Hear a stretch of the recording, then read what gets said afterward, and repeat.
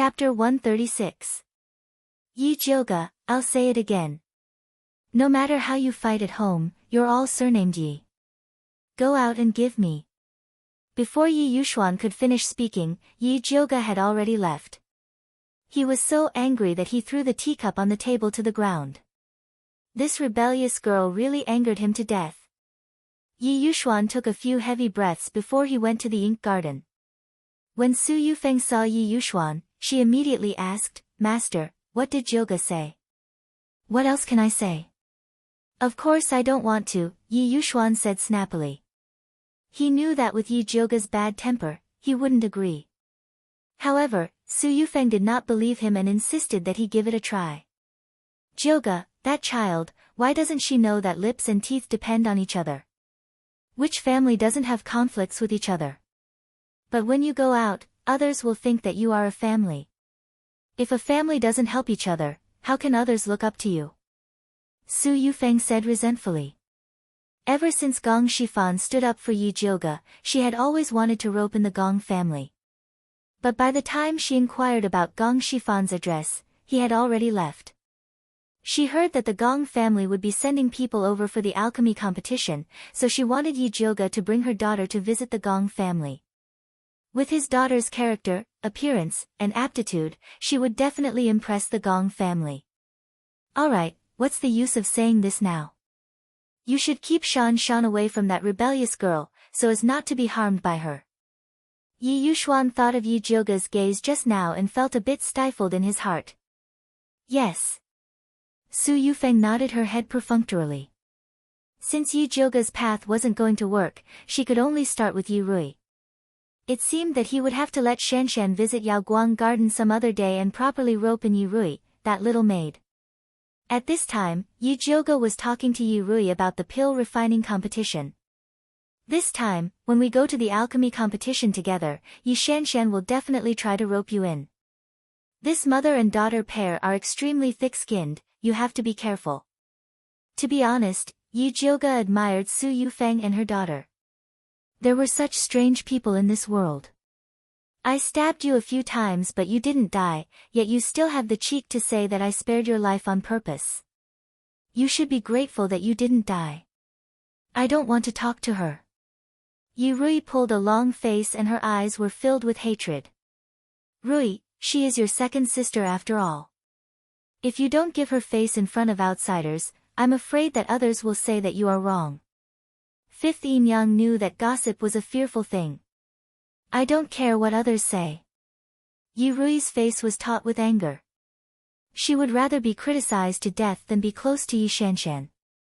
"Don't be afraid, I'm here." No matter who he was in front of, Yi Jyoga didn't plan to give Yi Shanshan face. N. Yi Rui nodded her head vigorously. She knew that big sister would definitely stand on her side. Yi Jyoga then tested Yi Rui's homework. Seeing that her knowledge of alchemy was very solid, he felt relieved and returned to Purple Forest Park. "Eldest miss, what did master say to you?" Mother Qing brought a cup of hot tea over. She was most worried that master would get angry at eldest miss again. "Nothing much, just a bunch of nonsense." After Yi Jyoga sat down, he slowly drank a mouthful of tea and asked, "I heard that you brought Hua Dai and Yu Dai to open their bones. Did it go smoothly?" "It went very smoothly. Hua Dai and Yu Dai both have grade 7 spirit bones. The bone opening medicine that eldest miss gave us is indeed powerful," Mother Qing said excitedly. One must know that bone roots were also divided into high, middle, and low grades. Grade 9 to grade 7 was high grade, grade 6 to grade 4 was intermediate grade, and grade 3 to grade 1 was low grade. With Hua Dai and Yu Dai's aptitude, if they were to use normal bone opening medicine, they would at most be intermediate grade. Not bad, a grade 7 spirit bone's cultivation speed is very fast. If they encounter some great opportunity, they might even be able to improve further. When Yi Jyoga touched the bones, he already knew the result. Eldest miss can just bring them to participate in the alchemy competition. Although the two servant girls' bone roots were not bad, they were not spirit practitioners after all, so they couldn't reach the style that she wanted. Sigh, if the old master was still here, he would definitely be able to find servant girls with spirit roots to serve eldest Mississippi. Hua Dai and Yu Dai are already very good. Yi Jioga didn't think that having spiritualists as maids would make them superior. After she put down the teacup, she walked towards the alchemy room, preparing to refine some higher-grade tranquil heart pills, lest she fell into Su Juanqing's trap again. Your ordinary clear heart pills are useless against Su Juanqing's bewitching art. The purple deceased sword gradually revealed itself. It wrapped its tail tightly around Yi Jioga and said coldly, "Today, Su Juanqing made a move at the last minute to awaken you. If he had made his move after making his move, it would not have been so easy for you to escape. Then what pill is useful?" Yi Jioga frowned. If she had known that Su Juanqing would become so powerful after eating Su Hansen, she definitely would not have let Wan Xiang and Yi Yu find trouble with Su Hansen. "At least a third-stage clear heart pill," Zi Shang said. "Only a level 3 alchemist can refine it. I'm only at level 2 right now. There's still a long way to go before I reach level 3. Yi Jioga frowned. It had been less than a year since her meridians were restored and it was already not bad for her to be promoted to a tier 2 pill master. If he wanted to advance to rank 3, he still needed to accumulate a certain amount of energy. But now that Su Juanqing was eyeing her covetously, he could not wait for her to advance. "You don't need a level 3 pill master to refine it," Zi Shang said as he sniffed Yi Jioga's hair. "How do I refine it?" Yi Jioga was tickled by the hot breath that Zi Shang breathed out and could not help but turn her head. Ever since she was punished by Zi Shang for her smelly head, she washed her hair every day. She even specially used purple smoke flower to refine the honey horn to ensure that the fragrance would last forever. "If you beg this sovereign will be merciful and tell you." Zi Shang looked dignified on the surface, but unfortunately, the tip of his coquettish tail was slowly moving up Yi Jioga's thigh. Yi Jioga gritted her teeth and pressed down on the tip of his coquettish tail. Then, she revealed a pitiful expression and used her most artificial voice to say, "Great King Zi Shang, please tell baby." "Good baby." Zi Shang rubbed Yi Jioga's dog head in satisfaction and said mercifully, "If I use spiritual fire to burn your small broken cauldron, I will be able to refine a third-stage pill." "The spiritual fire that you are talking about, are you referring to the flames that are formed from the spiritual energy of heaven and earth?" Yi Jioga blinked her watery eyes and asked. "That's right." Zi Shang stretched out his hand to play with Yi Jioga's earlobe. Yi Jioga did not move and asked again, "The red lotus lightning fire that I transformed from the sacred wood tree core was also spiritual fire, right?" "Of course, but this sovereign does not know where the red lotus lightning fire is. If he knew, he would have long gone to collect it for fun." "Then what's the point of saying so much?" Yi Jioga immediately turned hostile and slapped Zi Shang's hand away. "Tsk, spiritual fire is so hard to find. She might as well cultivate and advance as soon as possible." Chapter 137. Little dummy, although I can't find the red lotus thunder fire, there are a lot of other little spiritual fires. Zi Shang revealed a devilish smile. He pinched Yi Jioga's cheeks and gently pulled them apart. Then, he lifted them up as if he was kneading dough. Yi Jioga was angry, but she didn't dare to say anything. In order to get the spiritual fire, she put down her pride and shouted flatteringly, "Zi Shang, great king, please take me to find the spiritual fire." Compared to the spiritual fire, dignity was nothing. It would not be a problem to call him daddy, much less king. "Good boy." Zi Shang rubbed Yi Jioga's head in satisfaction.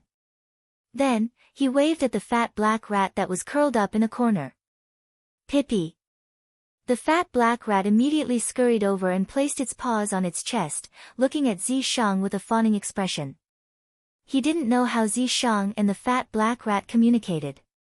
The fat black rat's furry face was full of seriousness. Finally, it raised its right paw, nodded and shouted, "Pippi. What are you guys being naughty about?" Yi Jioga couldn't help but ask.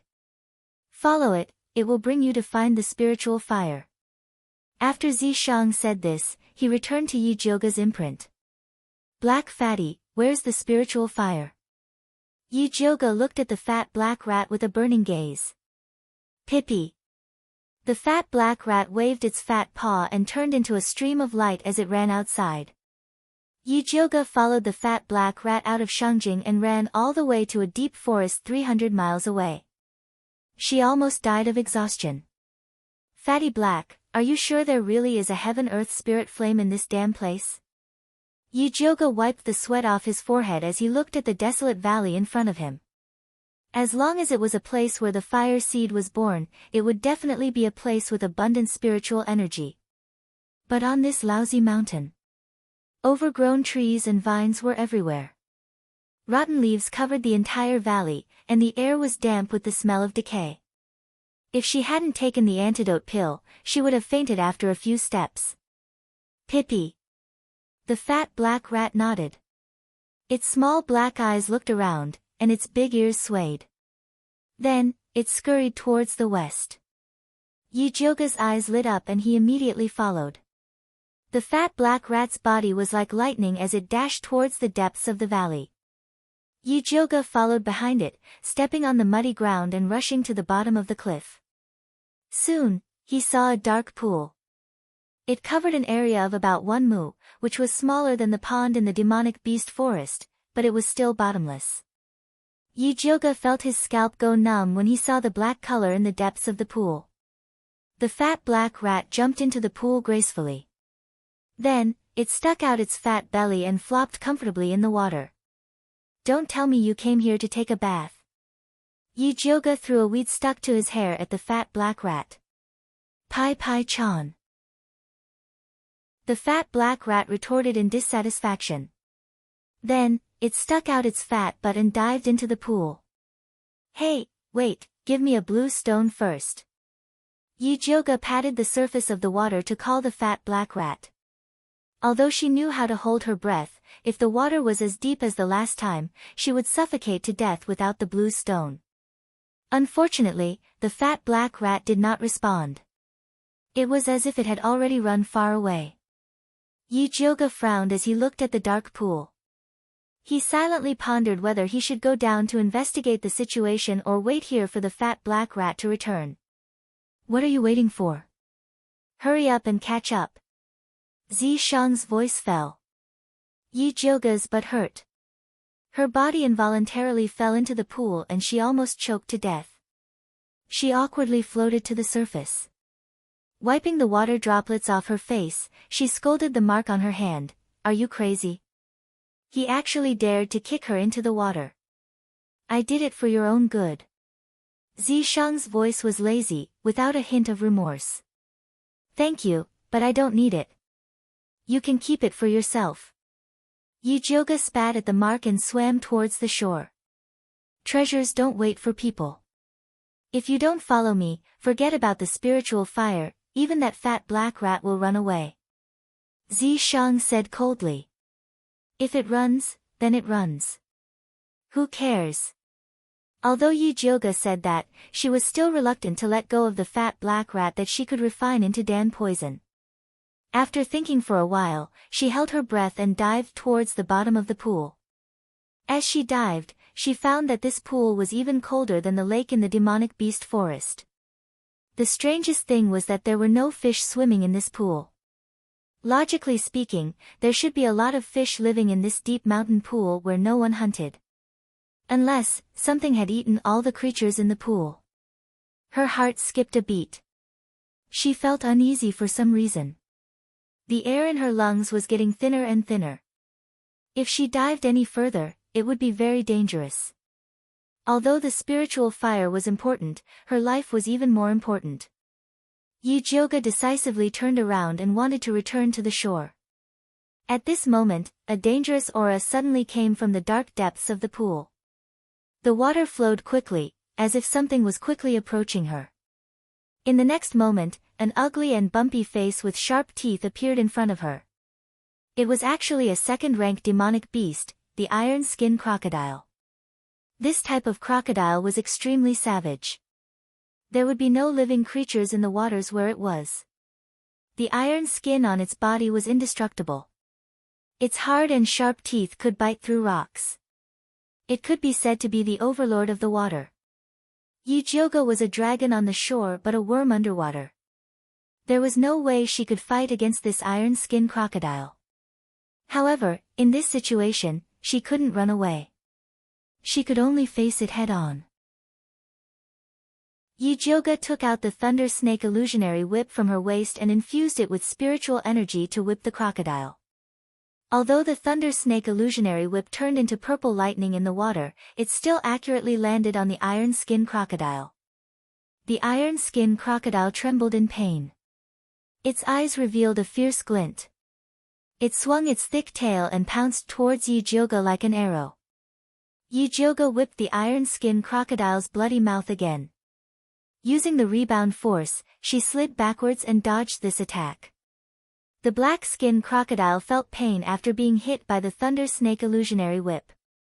It became even more berserk. It opened its mouth and spat out a water column. Yijioga felt a dull pain in her chest from the waves. She lost her balance and knew that she couldn't continue fighting with the iron skin crocodile. She had to settle this quickly. Yijioga raised the Thunder Snake illusionary whip again and stuck her finger into the snake's head. There were 2 snake teeth inside. Sucking blood could unlock the demon artifact's seal. However, it could only be unlocked once a day. Unlock, Thunder Snake Demon Artifact. Yijioga muttered in her heart. After sucking blood, the snake's eyes lit up and instantly released a terrifying aura. It was like a starving beast that had been imprisoned for a long time and wanted to devour all living things. The iron skin crocodile originally wanted to swallow Yijioga into its stomach. After feeling the bloodthirsty aura from the Thunder Snake illusionary whip, it swung its tail and wanted to escape. The Thunder Snake illusionary whip suddenly expanded and turned into a slender silver poisonous snake. In an instant, it pierced through the iron skin crocodile. The iron skin crocodile's body exploded. Blood dyed the entire water. The Thunder Snake illusionary whip swam in the water and greedily devoured the blood. With the crisis averted, Yijioga relaxed. She found that the oxygen in her lungs was getting less and less. If she couldn't breathe in fresh air, she would suffocate to death. Chapter 138. Little dummy, can't you tell me if you want to transfer chi to me? Zishang showed up in the water and leisurely swayed his long black snake tail, protecting Yijioga by his side. His jade-like skin emitted a faint light. His originally handsome face was like a mandala in full bloom in the water, beautiful beyond compare. Especially those purple eyes, which shone like the most beautiful crystal, revealing a sharp light that looked down on everything. He was so beautiful that he was like the god of water, illuminating the whole dark and bloody water.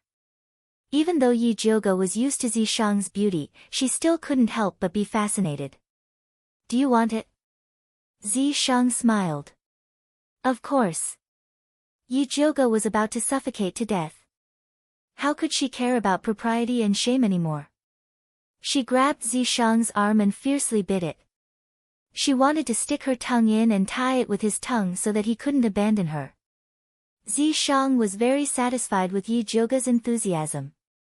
The long snake tail wrapped around her body tightly, holding her and sinking to the bottom of the water. Zishang's lips were soft and cool, with a faint fragrance. It was simply irresistible. After Yijioga recovered from the extreme suffocation, she only felt satisfied, dizzy, and weak all over. She actually had a strange pleasure. No wonder some perverts like to play suffocation. It was really special, but she definitely didn't want to try it again. At this time, they had already sunk to the bottom of the water. In front of them was an extremely gloomy water channel with a strange smell. This dark and bottomless water channel should be very scary, but because of Zishang's beauty, Yijioga completely ignored this gloomy environment.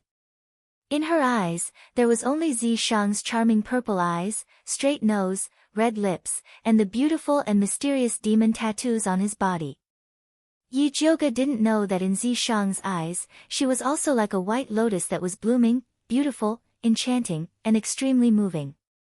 This water channel was very long. After half an hour, Yijioga began to suffocate again and had to go to Zishang for help. Their bodies were entangled, one up and one down, rising and falling in the water, with indescribable ambiguity. The originally simple transfer of qi gradually became a little strange. Yijioga could clearly feel that Zishang was flirting with her. At first, the soft tongue of the snake only swept across her sensitive upper jaw tentatively. Sensing that she didn't avoid it, he began to be bold and unbridled, inviting her little tongue to wander. Yijioga actually refused to mess around in the water. What if he was accidentally sucked dry by the purple deceased sword? However, she was unable to withstand Zishang's experience. He messed around with the flow of qi and the breathing of qi, causing her to be confused and lost in love. She didn't even know when she had left the bottom of the lake. With a crash, Yijioga finally woke up. She pushed away the purple deceased sword that was tightly wrapped around her body. Only then did she realize that she had come to a strange cave. In front of her eyes were piles of white beast bones. A gust of cold wind blew through the gloomy cave, bringing with it a moldy stench that made one's hair stand on end. If you're afraid, then hold on to me tightly. Zishang expressed that his embrace would always be open for her. Tisk, big sister has seen more bones than salt, what's there to be afraid of? She was just a little surprised. Yijioga glanced around and found the fat black rat lying in a corner. He struggled free from Zishang's embrace and went ashore. He saw the fat black rat lying on top of an unremarkable white bone in enjoyment. This white bone was only as long as an adult's arm. Compared to the sinister and tall white bones around it, it was extremely ordinary. There was nothing eye-catching about it. Fatty Black, what are you lying here for? Yijioga picked up the fat black rat and asked. The fat black rat ignored Yijioga and looked at the purple deceased sword that was slowly moving over. Its fat paw pointed at the white bone and shouted like it was presenting a treasure, Pippi. The purple deceased sword's cold purple eyes swept across the white bone and said indifferently, not bad. Yijioga's heart moved. Something that could attract the purple deceased sword's attention was definitely not an ordinary item. She opened her spiritual eye and carefully observed the white bone. She discovered that there was something that was flickering like a flame. There's hope. Yijioga imbued her lightning snake illusionary whip with her spiritual energy and pierced towards the white bone. A wisp of cold white ghost flame came out from the cut. It was actually a third-grade ghost flame, white bone flame. Even though this ghost flame's grade was not high, it had its own unique points that young flames could not compare to. The ghost flame was born from a 1,000-year-old pile of white bones. It could absorb all kinds of resentment, yin qi, and ghost qi. Its unique yin qi attack was extremely terrifying. Those that were burned by the ghost flame would fall sick as if they were possessed by a ghost. Other than that, this ghost flame could be used to refine all kinds of yin spiritual pills and ghost spiritual pills. It would have an extremely strong effect. For an assassin like Yi Yu who was hiding in the dark, if he could use these yin pills to cultivate, his cultivation would improve by leaps and bounds. Most importantly, the white bone flame could be upgraded. If it could be upgraded into the netherworld ghost flame, it would become an existence that was not inferior to the red lotus lightning fire. At that time, he would have the red lotus on his left, the netherworld on his right, and the lightning fire in the middle. How cool would that be? Even though the process of upgrading the white bone flame was extremely long as there was hope, there was nothing to be afraid of. I can absorb this flame right.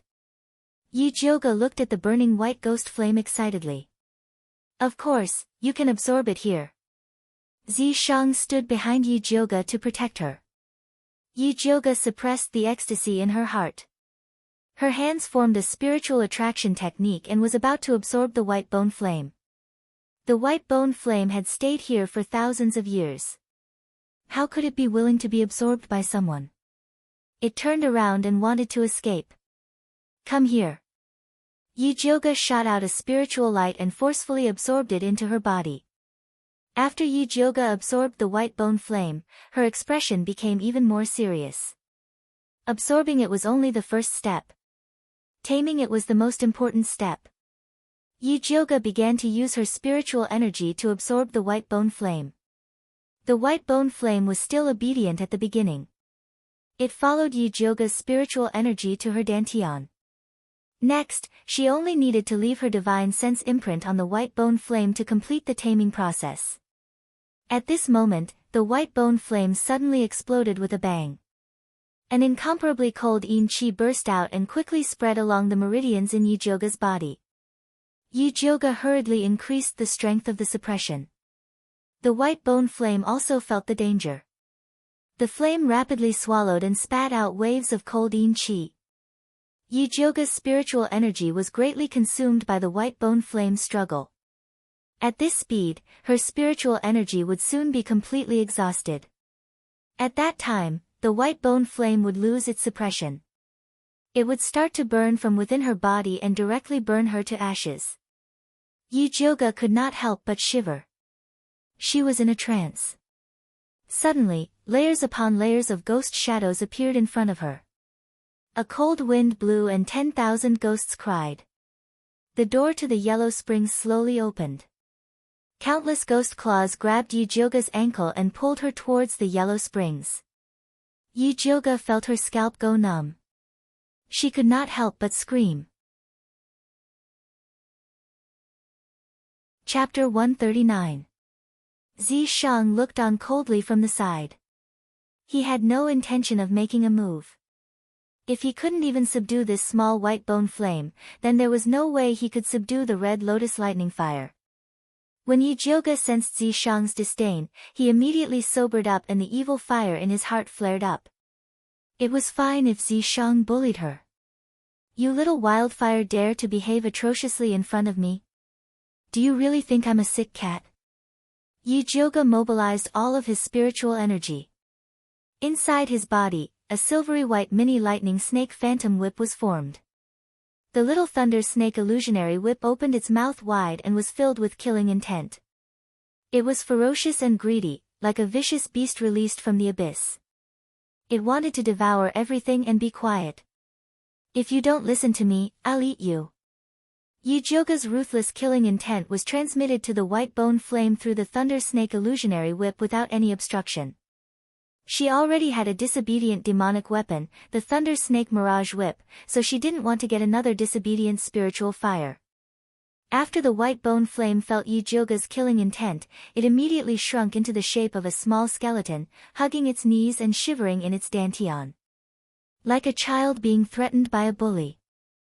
Yijioga knew that this was a sign of the white bone flame submitting to her, so she took the opportunity to place a divine sense imprint on the white bone flame.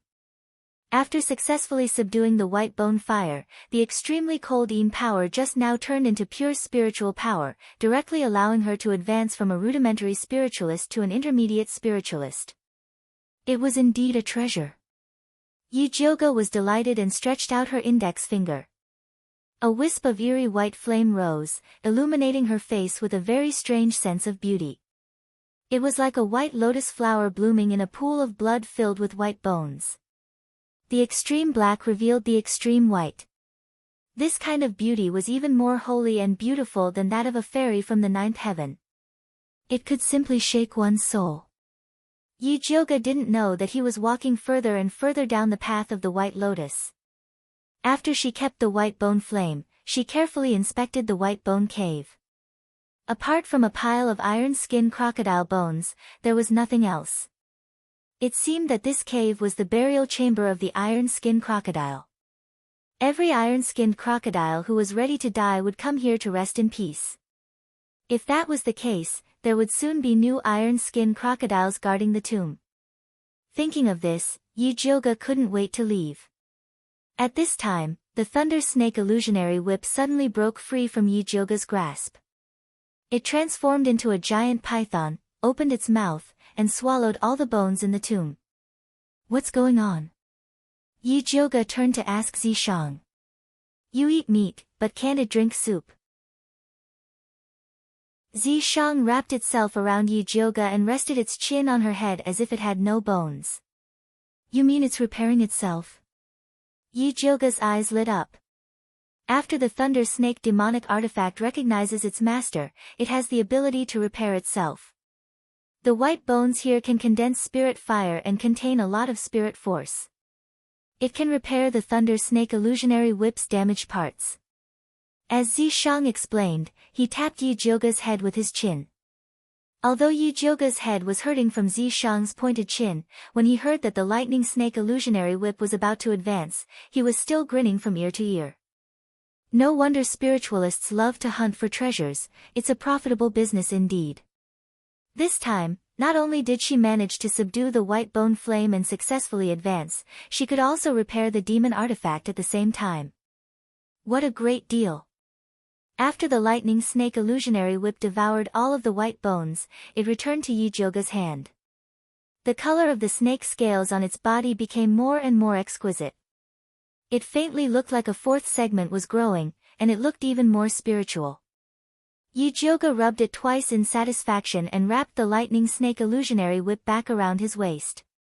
At this time, the fat black rat shouted in dissatisfaction, "Pai Pai. You guys eat meat and drink soup, what about me? Say it, what do you want?" Yi Jioge was in a good mood. She knew that it was the fat black rat's credit that they were able to find the white bone flame this time. Naturally, she had to reward it. "Pai Pai." The fat black rat revealed its sharp white teeth at Yi Jioge's finger. Then, it bit its little paw and made a sucking expression. "You want to suck my blood?" Yi Jioge instantly understood. She didn't expect her blood to be so awesome that even the fat black rat coveted it. "Pai Pai Chan." The fat black rat nodded and blinked its big eyes, revealing a flattering expression. Before Yi Jioge could reply, a fierce and terrifying aura burst forth. "Daring to touch this sovereign's person, you have guts." Zishang raised his hand, and an invisible force grabbed the fat black rat and lifted it into the air. "Pai, Pai." The fat black rat was so scared that it stuffed its two fat paws into its mouth. With its big eyes filled with tears, it looked at Yi Jioge pitifully. "That's enough. What's so heroic about scaring a fat mouse? Besides, it wants my blood, not yours." Yi Jioge patted Zishang's arm. She still needed this fat black rat to help her purify the pill poison.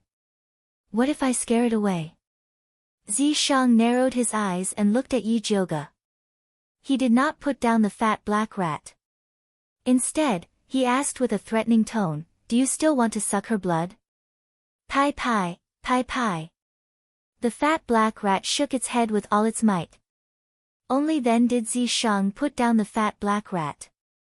The fat black rat ran back into Yi Jioge's bag. Yi Jioge lightly patted the fat black rat's position and said to herself, "It's okay, when Zishang falls asleep, Big Sister will secretly feed you. I'm warning you, you better not have this idea." Zishang narrowed his purple eyes and said coldly, "This spirit rat's origin is unknown. Before we find out its background, you better not get too close to it. It's just a fat black rat. What's there to worry about?" Yi Jioge felt that Zishang was making a big fuss over a minor issue. This fat black rat was so weak. It did not have any attack power. What kind of storm could it cause? Don't forget the agreement between us. Every drop of blood on your body belongs to me. If you dare to act rashly, don't blame me for being impolite. Seeing that Yi Jioge still had a disapproving expression, Zishang's eyes flashed with a dangerous light. He hugged her and pressed her down on his lower abdomen. The taste of punishment was self-evident. Yi Jioge could clearly feel two bulging bulges pushing against her from behind. At this time, she remembered a legend. The snake seemed to have two big sticks. Yi Jioge's scalp instantly went numb. She hurriedly promised, "I won't move. I won't move." "You really won't move?" Zishang exhaled, but his voice was filled with regret. "I really won't move. So quickly take back your two evil sticks." Zishang's red lips hooked up. He slowly let go of Yi Jioga. Actually, he did not want to do anything to Yi Jioga in this damned place. He was only teasing her. But Yi Jioga, this idiot, was too stubborn. He could only use this kind of method to threaten her. Yi Jioga secretly heaved a sigh of relief. She did not want to stay in this damned place for another second. She also did not want to go back with Zishang. Thus, she took out the fat black rat and said, "Do you still have those blue stones from last time? Give me one."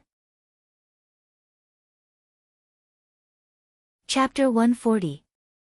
The fat black rat looked at Zishang. Seeing that he didn't object, it took out a blue stone from its small animal skin bag and threw it to Yi Jioga. Yi Jioga ate the blue stone and said to Zishang, "Let's go."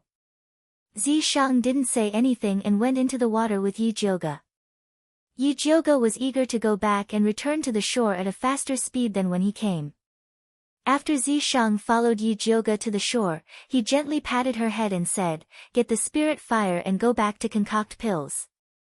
Yi Jioga didn't dare to provoke the stick snake and obediently nodded. Zishang then returned to the imprint with satisfaction. Yi Jioga heaved a sigh of relief and rejoiced in her heart. Luckily, Zishang's demon power hadn't recovered yet and the time he could spend every day was limited. If he could appear and follow her for 24 hours, it would become her nightmare. Zishang was preparing to cultivate in Yi Jioga's imprint and couldn't help but smile when he read Yi Jioga's thoughts. Since Yi Jioga was looking forward to him following her like a shadow, he couldn't let little dummy down. Yi Jioga still didn't know her nightmare was coming. She couldn't wait to return to Purple Forest Park and prepare to concoct external pills. Not long after Yi Jioga left the deep pond, a pink figure appeared in front of the deep pond. A faint smell of blood emitted from her body. The wild beasts in the surrounding valley heard the smell and came over but were destroyed by her hand, turning into a ball of blood in her hand. "Little baby, quickly take me to find the spirit fire after drinking the blood." The pink girl smiled sweetly. She was the female disciple of bloodthirsty sect, Lu Yunfei. She held a purple scorpion the size of a palm in her hand. After swallowing the ball of blood, her long tail pointed towards the bottom of the pond. "So it's at the bottom of the pond. I didn't expect a place like Shangjing to have a spirit fire." Lu Yunfei smiled with satisfaction. After she left the Blood Cloud Peak, she quickly rushed to the Shangjing. Originally, she wanted to directly find Su Junqing to understand the situation. She didn't expect that when she passed by the vicinity, her treasure-seeking scorpion suddenly moved and brought her all the way here. "Lead the way." Lu Yunfei flicked her finger. The treasure-seeking scorpion jumped into the deep pond and swam towards the bottom. Lu Yunfei followed without hesitation. Not long after sinking to the bottom, she smelled a faint smell of blood. Obviously, there was a battle here and it didn't last long. "Don't tell me someone got there first." Lu Yunfei's eyes were gloomy. She sped up and followed the treasure-seeking scorpion to an empty cave. Up and down, front and back, left and right, she turned them upside down, but there was nothing but a pile of broken bones. "Damn it! Who stole my treasure?" Lu Yunfei was so angry that her face turned malevolent. She smashed a hole in the wall with her palm.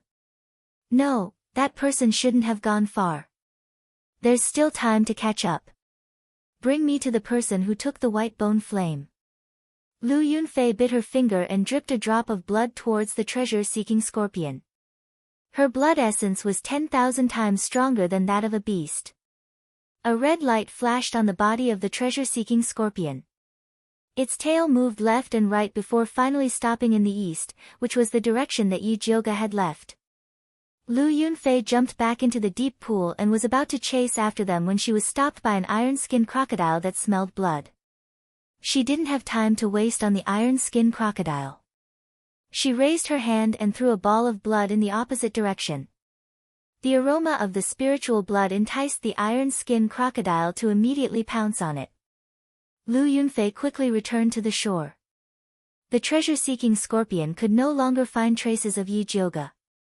Although the treasure-seeking scorpion was a spiritual beast, it could only sense the white bone flame within a radius of 10 miles. Damn it, damn it, damn it! Lu Yunfei, who was furious, jumped into the deep pool and tied the iron skin crocodile up. She skinned it alive, pulled out its tendons, and trampled it into meat paste. Only then did she relieve the anger in her chest. You caused me to be covered in blood. Lu Yunfei sent the iron skin crocodile flying with a kick. She took out a new set of clothes from her cosmos sack and changed into it. Only then did she continue to walk towards Shangjing. Yi Jioge didn't know that an innocent iron skin crocodile had been killed because of her. She was preparing to use the white bone flame that she obtained to concoct a third-ranked clear heart pill. Berberine, ice mint, clear mind grass. Yi Jioge threw the ingredients into the small bronze cauldron one by one and summoned the white bone flame to start concocting the pill. Using spiritual fire to concoct pills was indeed different. The small cauldron, which was usually like an old cow pulling a cart, began to revolve at a much faster speed. The impurities of the medicinal herbs were quickly analyzed and turned into a green solution that emitted a faint fragrance. When Yi Jioge was almost done concocting, she called the fat black rat over to help her clear the pill poison. Pippi. The fat black rat didn't even raise its head and called out in a muffled voice. It hugged its small tail and shrunk into a black ball of fur. It had an expression that said, "Don't bother me if I'm in a bad mood." Yi Jioge could understand its gloomy mood. It had painstakingly brought people to search for treasures. Everyone was eating the meat and drinking the soup. It only wanted to drink some blood and was threatened by Zishang. It was no wonder that it was in a bad mood. However, no matter how much Yi Jioge understood the fat black rat's mood, she didn't dare to give her blood to drink. Zishang's 2 big sticks were still a threat to her. Fortunately, the clear heart pill that was concocted using the white bone flame was not bad. Even without the fat black rat's help to clear the pill poison, it was still a second-ranked high-grade spirit pill.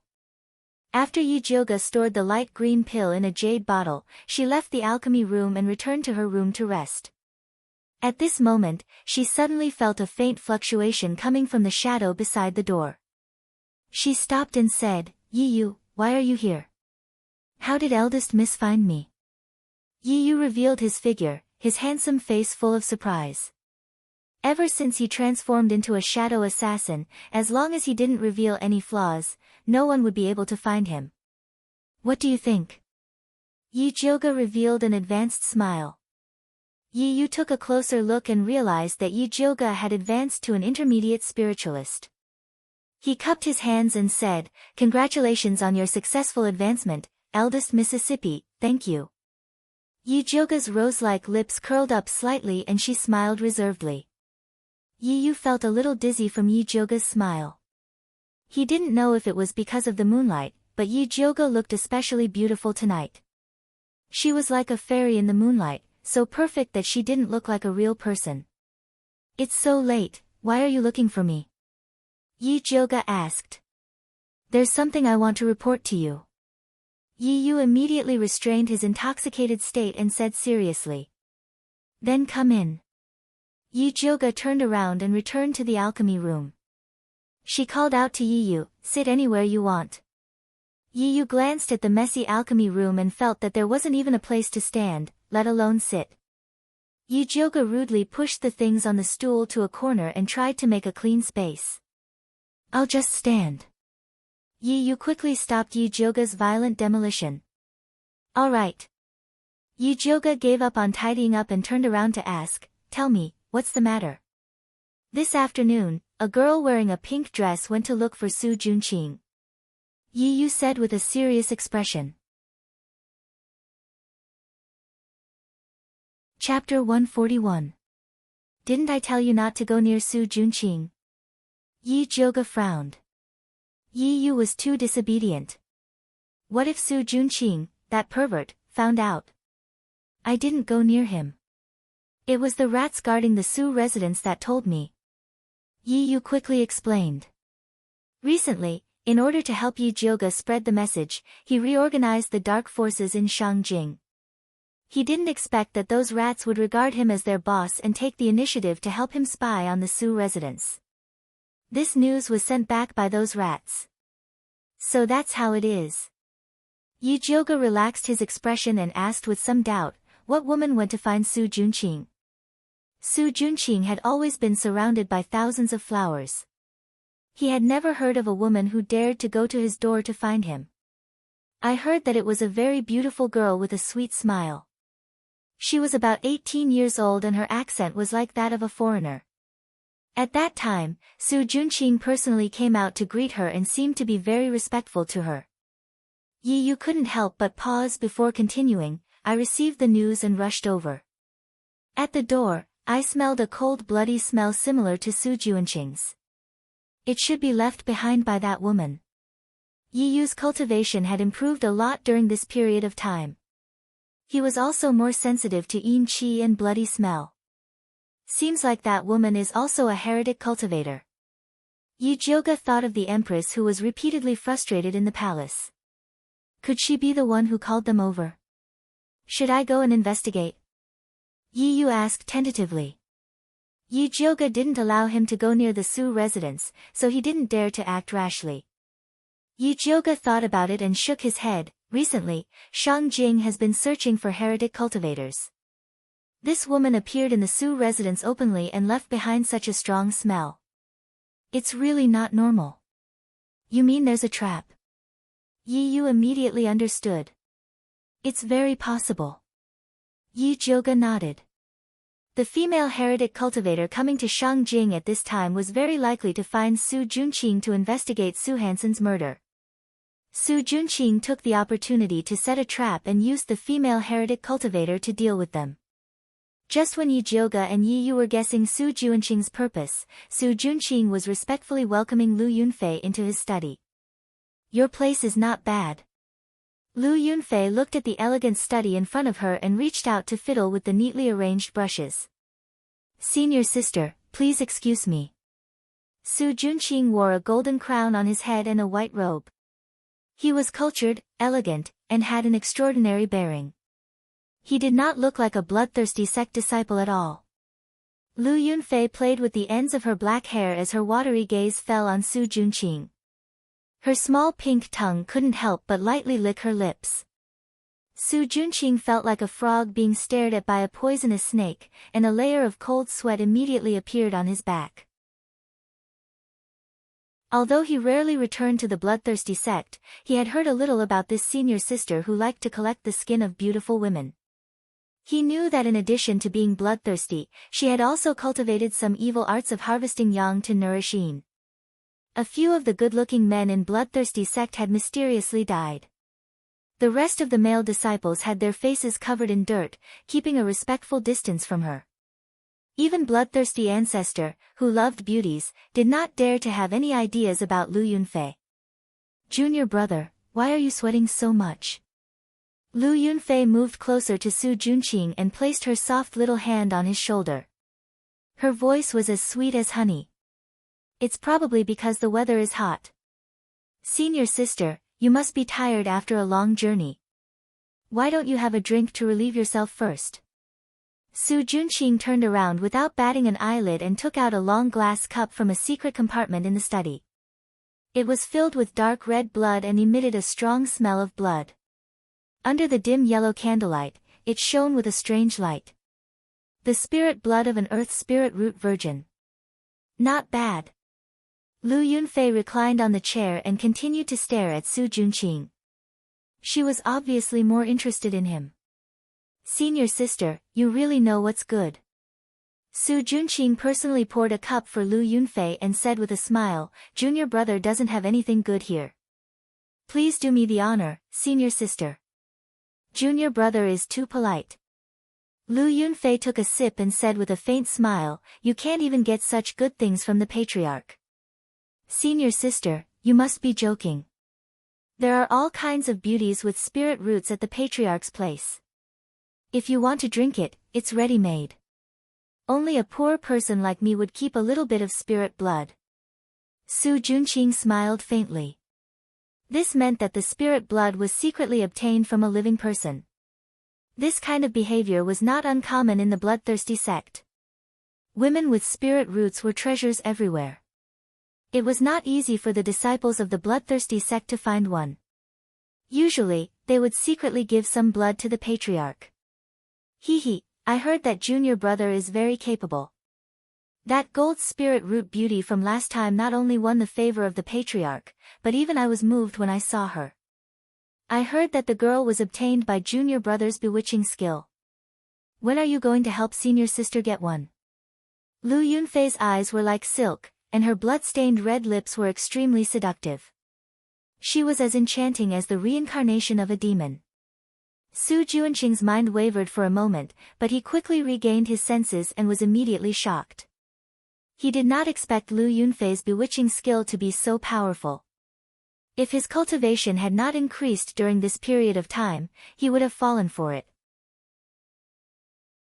He did not dare to show that he was awake, so he continued to pretend to be confused and asked, "May I know which beauty senior sister is talking about?" "The beauty with the red mole between her eyebrows." Lu Yunfei pinched Su Juanqing's handsome face with her soft little hands and said coquettishly, "You heartless person, you forgot so quickly. There was no other beauty with a red mole between her eyebrows but Yi Yunji."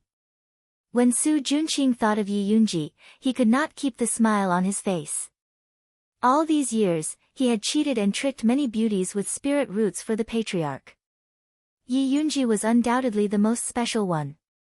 What was special about her was not that her spirit root was powerful, nor was it that her beauty was unparalleled. Instead, it was that Yi Yunji became pregnant with his child after they consummated their marriage. The beautiful appearance of Yi Yunji when she was pregnant flashed through his mind, and he felt an inexplicable sourness in his heart. At that time, he really wanted to hide Yi Yunji and let her give birth to the child safely. He did not expect that she would abort the child after learning that the Yi family was destroyed. When Su Juanqing thought of the bloody fetus, he could not help but clench his fists. He did not need a bitch who was out of control. Therefore, he did not hesitate to give Yi Yunji to the bloodthirsty patriarch. He had thought that she would die quickly like the other women. He did not expect that she was still alive. Lu Yunfei had been observing Su Juanqing's expression. When she saw that his expression was ferocious and filled with hatred, which was no different from the bastards of the bloodthirsty sect, she immediately lost interest. Lu Yunfei's pretty face changed, and she said impatiently, "This time, I came to investigate the cause of death of Nurse Su and Su Hansen. Tell me what happened." Chapter 142.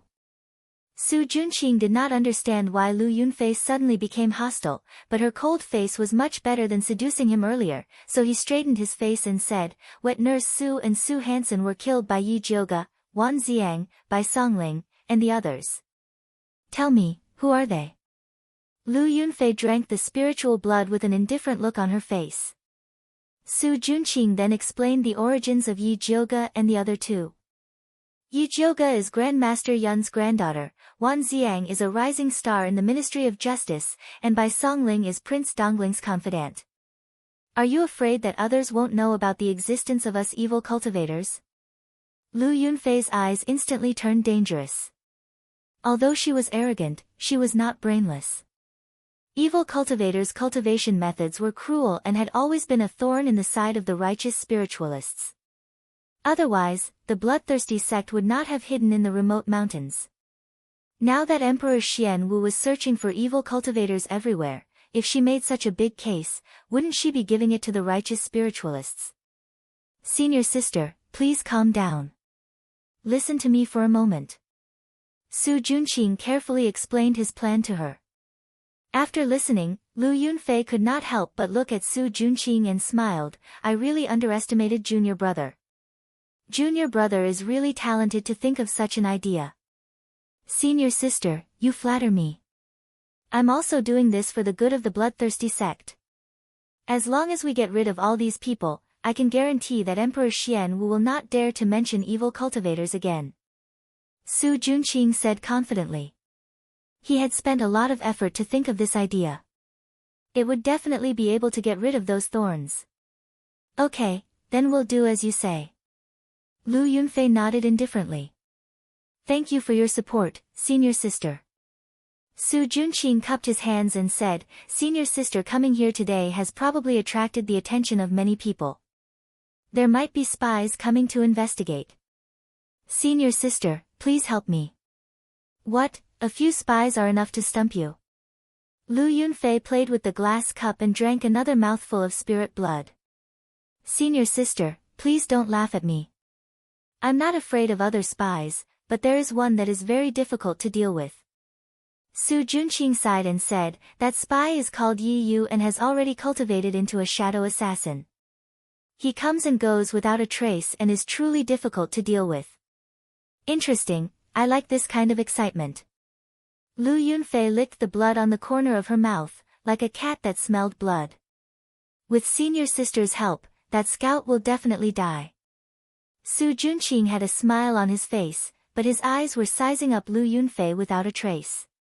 He noticed that the red pupils in her eyes were gradually forming, which meant that she had cultivated the bloodthirst art to the 3rd level. If he could absorb her, his cultivation would definitely jump to the spirit master level. At that time, the power of the bewitching art would be even greater. Su Junqing's heart was burning, but he quickly put it away. If he was discovered by Lu Yunfei, he would probably be the first one to be devoured. This kind of woman was too dangerous. It was better to send her away as soon as possible. Su Junqing and Lu Yunfei appeared to be in harmony, but were actually at odds. Yi Jioge and Yi Yu also had different opinions. Big Missy, the trap is just your guess. There must be an unusual purpose for a demonic practitioner to enter the capital under such circumstances. I still feel that we need to go and investigate. Yi Yu had an inexplicable intuition that the female demonic practitioner definitely knew about his sister, so he had to go. Seeing Yi Yu's determined face, Yi Jioge knew that he could not stop him, so he said, all right, for safety's sake, let's prepare first and go check tomorrow night. I'm afraid it will be late tomorrow. Yi Yu wanted to go now. If I say tomorrow night, then tomorrow night. If you don't listen to me, don't come and ask me for anything in the future. Yi Jioge's face darkened. At this time, Zi Shang's lazy voice sounded in Yi Jioge's ears. If you had listened to me and imprinted a slave contract on him, he definitely would not have dared to act recklessly. I have no interest in being a slave leader. Yi Jioge did not want to conquer the continent, so why would he need a slave? Everyone took what they needed and parted on good terms. Zi Shang was very dissatisfied with Yi Jioge's lack of fighting spirit, but he did not say anything more. Seeing Yi Jioge's expression constantly changing, Yi Yu thought that she was really angry, so he hurriedly said, I'll listen to you. It's getting late, you go back first, and come find me tomorrow night. Yi Jioge pinched the bridge of her nose. In order to recover the white bone flame, she had been running around for a whole day and was exhausted. Sorry to disturb you, then you should rest well. Seeing the tired look on Yi Jioge's face, Yi Yu suddenly felt a little guilty. Yi Jioge half squinted her eyes, waved her hand, and like a wandering spirit, she returned to the house and fell asleep. The next day, she went out for a stroll, inquired about some news, and made some arrangements before returning to Purple Forest Park. After she changed into her night clothes, she saw that it was still early, so she went to the alchemy room to continue refining the 3rd stage clear heart pill. Night quietly fell, there were no stars and no moon, and the cold wind blew the leaves, making rustling sounds. Yi Jioge refined another 2 bottles of 3rd stage clear heart pill, and when she walked out of the room, it was exactly midnight. Yi Yu was already waiting in the courtyard, and said, Eldest Miss, the spy I placed in the Su residence reported that after that woman entered the Su residence, she was arranged by Su Junqing to stay in his study, and no one was allowed to enter or leave. Looks like Su Junqing is really afraid that we won't go find her. Yi Jioge smiled. Arranging a woman of unknown origin to stay in such a strange place like the study, as long as one was interested in the Su residence, they would not be able to resist investigating. Eldest Miss, why don't I go to the Su residence myself? Yi Yu was not afraid of traps, but he was afraid of dragging Yi Jioga down. Don't be silly, take this, before entering the Su residence, it can resist Su Juanqing's bewitching spell. Yi Jioga threw the newly refined clear heart pill to Yi Yu. Many thanks. Yi Yu took the pill, and once again rejoiced that he followed a pill master, so he did not have to worry about pills. Yi Jioga put on her mask, and quietly went to the Su residence with Yi Yu. Compared to the previous time when it was brightly lit, the current Su residence was much dimmer. Su Juanqing's study is next to the main courtyard. Yi Yu stood in the shadows, and pointed to the brightly lit small courtyard in the middle. Yi Jioga glanced at the main courtyard, and then looked at Old Master Su's small building, and asked, "How is Old Master Su now? How else can he be? His descendants are filial, greet him in the morning and evening, and he is surrounded by servants. What a blessing!" Yi Yu sneered. He hated everyone in the Su family, including Old Master Su. Knowing that he is not doing well, then I am relieved. Yi Jioga smiled. Until now, the spirit doctors in Shangjing had not discovered that Old Master Su's coma was caused by a demonic technique, so there was no cure. Yi Yu deeply agreed with Yi Jioga's words, and softly asked, "Eldest miss, do we go now?" "No rush, wait a little longer." Yi Jioga shook her head, now was not the time to go in. Chapter 143. Yi Yu was a little confused. When he was about to ask Yi Jioga what was going on, he heard neat footsteps coming from the quiet street. He looked up and saw a group of soldiers, led by Wan Xiang and Bai Songling. As soon as they arrived at the Su family, they smashed the door and shouted, "Open the door, open the door." "Sir, it's so late." "What's the matter?" the servant of the Su family asked in fear. "Get out of the way." Wan Xiang pushed the servant away and rushed in with his soldiers. Su Junqing stopped Wan Xiang with his guards and said gloomily, "You two are so powerful. What do you want to do by breaking into our Su family in the middle of the night? Someone reported that your Su family is harboring a heretic. Please cooperate with the investigation." Wan Xiang's eyes were cold and his attitude was tough. "You want to search our Su family with just one sentence? What does Lord Wan think of us?" Su Junqing said with anger. The guards behind him immediately pulled out their swords and stood in a row behind him. "What do you mean by this?" "The emperor asked us to investigate the heretic." "Do you want to defy the law?" Bai Songling began to make a big deal. "What do you mean by investigating the heretic?" "I think you want to avenge yourself." Su Junqing didn't give in. The situation immediately fell into a stalemate. "What are you waiting for? Go down." Yi Jioga elbowed Yi Yu, who was in a daze.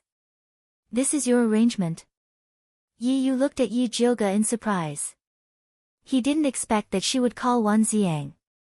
"Of course, ordinary people like us have to report to the government immediately when we find a dangerous person." Yi Jioga smiled proudly. "Okay, go down. I'll wait here. If there's anything, just send the signal." Yi Yu didn't say anything more. He took advantage of the chaos and sneaked into the main courtyard silently. He pried open the window of the study and landed on the ground. Suddenly, he felt like stepping on mud. Yi Yu looked down and found that there was a layer of light red sand in the shadow of the floor of the study. He was about to leave when a sweet voice sounded in the study. "What are you looking for, little brother? Do you need my help?" Then, a fair and soft little hand reached into the shadows and tore off Yi Yu's mask with incomparable precision. Yi Yu raised his head and saw a girl in a pink dress standing in front of him. "Aya, what a beautiful little brother." The young girl looked at Yi Yu with a hint of amazement in her eyes. "Who are you?" Yi Yu looked at the beautiful girl with vigilance. "I'm Lu Yunfei, the third disciple of Bloodthirsty's forefather. You can call me Xiao Fei."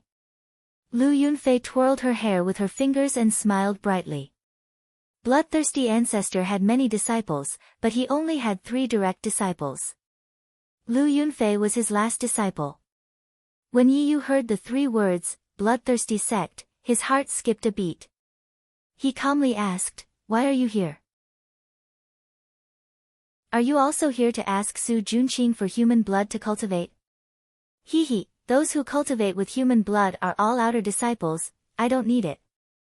Lu Yunfei's big watery eyes looked ambiguously at Yi Yu's tall and straight body, revealing the unique desire of an adult woman. Her expression was pure and evil, innocent and lascivious. All kinds of complicated auras blended together to form a strange charm that could make men fall head over heels for her. Yi Yu felt a strange fragrance float past his nose, causing him to involuntarily take a step toward Lu Yunfei. But soon, an ice-cold bitterness rushed from his stomach to his brain. Yi Yu immediately woke up and retreated into the shadows again. He cautiously asked, "Since you don't need human blood to cultivate, why are you in cahoots with Su Junqing? Don't you know he's a liar?" "What do you mean? Have you been tricked by him?" Lu Yunfei blinked and asked curiously. "I haven't been tricked by him, but he tricked a man from bloodthirsty sect called Su Hansen into a secret room and killed him to extract his blood." Yi Yu's mouth twitched and revealed a disdainful smile. He looked as if bloodthirsty sect was full of idiots. "What did you say? Su Hansen was killed by Su Junqing?" Lu Yunfei's expression froze. She didn't expect to hear such news from Yi Yu. "That's right, it was in the secret room of the house that caught fire on the west side. I hid in Su Junqing's shadow and saw it with my own eyes," Yi Yu said with certainty. Lu Yunfei's eyes narrowed and she inwardly judged the truth of Yi Yu's words. Logically, she shouldn't believe the enemy's words. But emotionally, it was very likely that Su Junqing would do such a thing. After all, bloodthirsty sect believed in the law of the jungle. If she saw a heavily injured bloodthirsty sect disciple in front of her, she would immediately kill him. The first thing she did was to kill Xiangong, not to heal him. Yi Yu saw Lu Yunfei's strange expression and didn't know if she believed his words. Seeing that there wasn't much time left, he couldn't help but say, "I can help you deal with Su Junqing, but you have to help me with something." "Help you with what?" Lu Yunfei didn't need Yi Yu to deal with Su Junqing. She just wanted to tease him. Yi Yu hesitated. He wanted Lu Yunfei to help him find his sister. But if the people of bloodthirsty sect knew how much he cared about his sister, he was afraid that his sister would be taken hostage. But on the other hand, the more value his sister had, the more chance of survival he would have. So Yi Yu made up his mind and said, "I want you to help me find a woman that Su Junqing gave away. She looks very similar to me and also has a red mole between her eyebrows." Yi Yunji looked very similar to Yi Yu and also had a red mole between her eyebrows. But compared to Yi Yunji, who was soft on the outside but hard on the inside, Yi Yu was colder, more beautiful, and more charming. "Who is she to you?" Actually, Lu Yunfei felt that Yi Yu looked familiar at first glance. Hearing him say this, she immediately thought of the beloved pet of the bloodthirsty sect's ancestor, the cat-like beauty that she received as a mission reward. "She is my only family," Yi Yu said without hesitation. "Aren't you afraid that I'll send this news back to bloodthirsty sect?" Lu Yunfei didn't know if Yi Yu was naive or stupid to directly tell others his weakness. "I am." Yi Yu's beautiful face reflected a deep shadow under the flickering candlelight, carrying endless bitterness.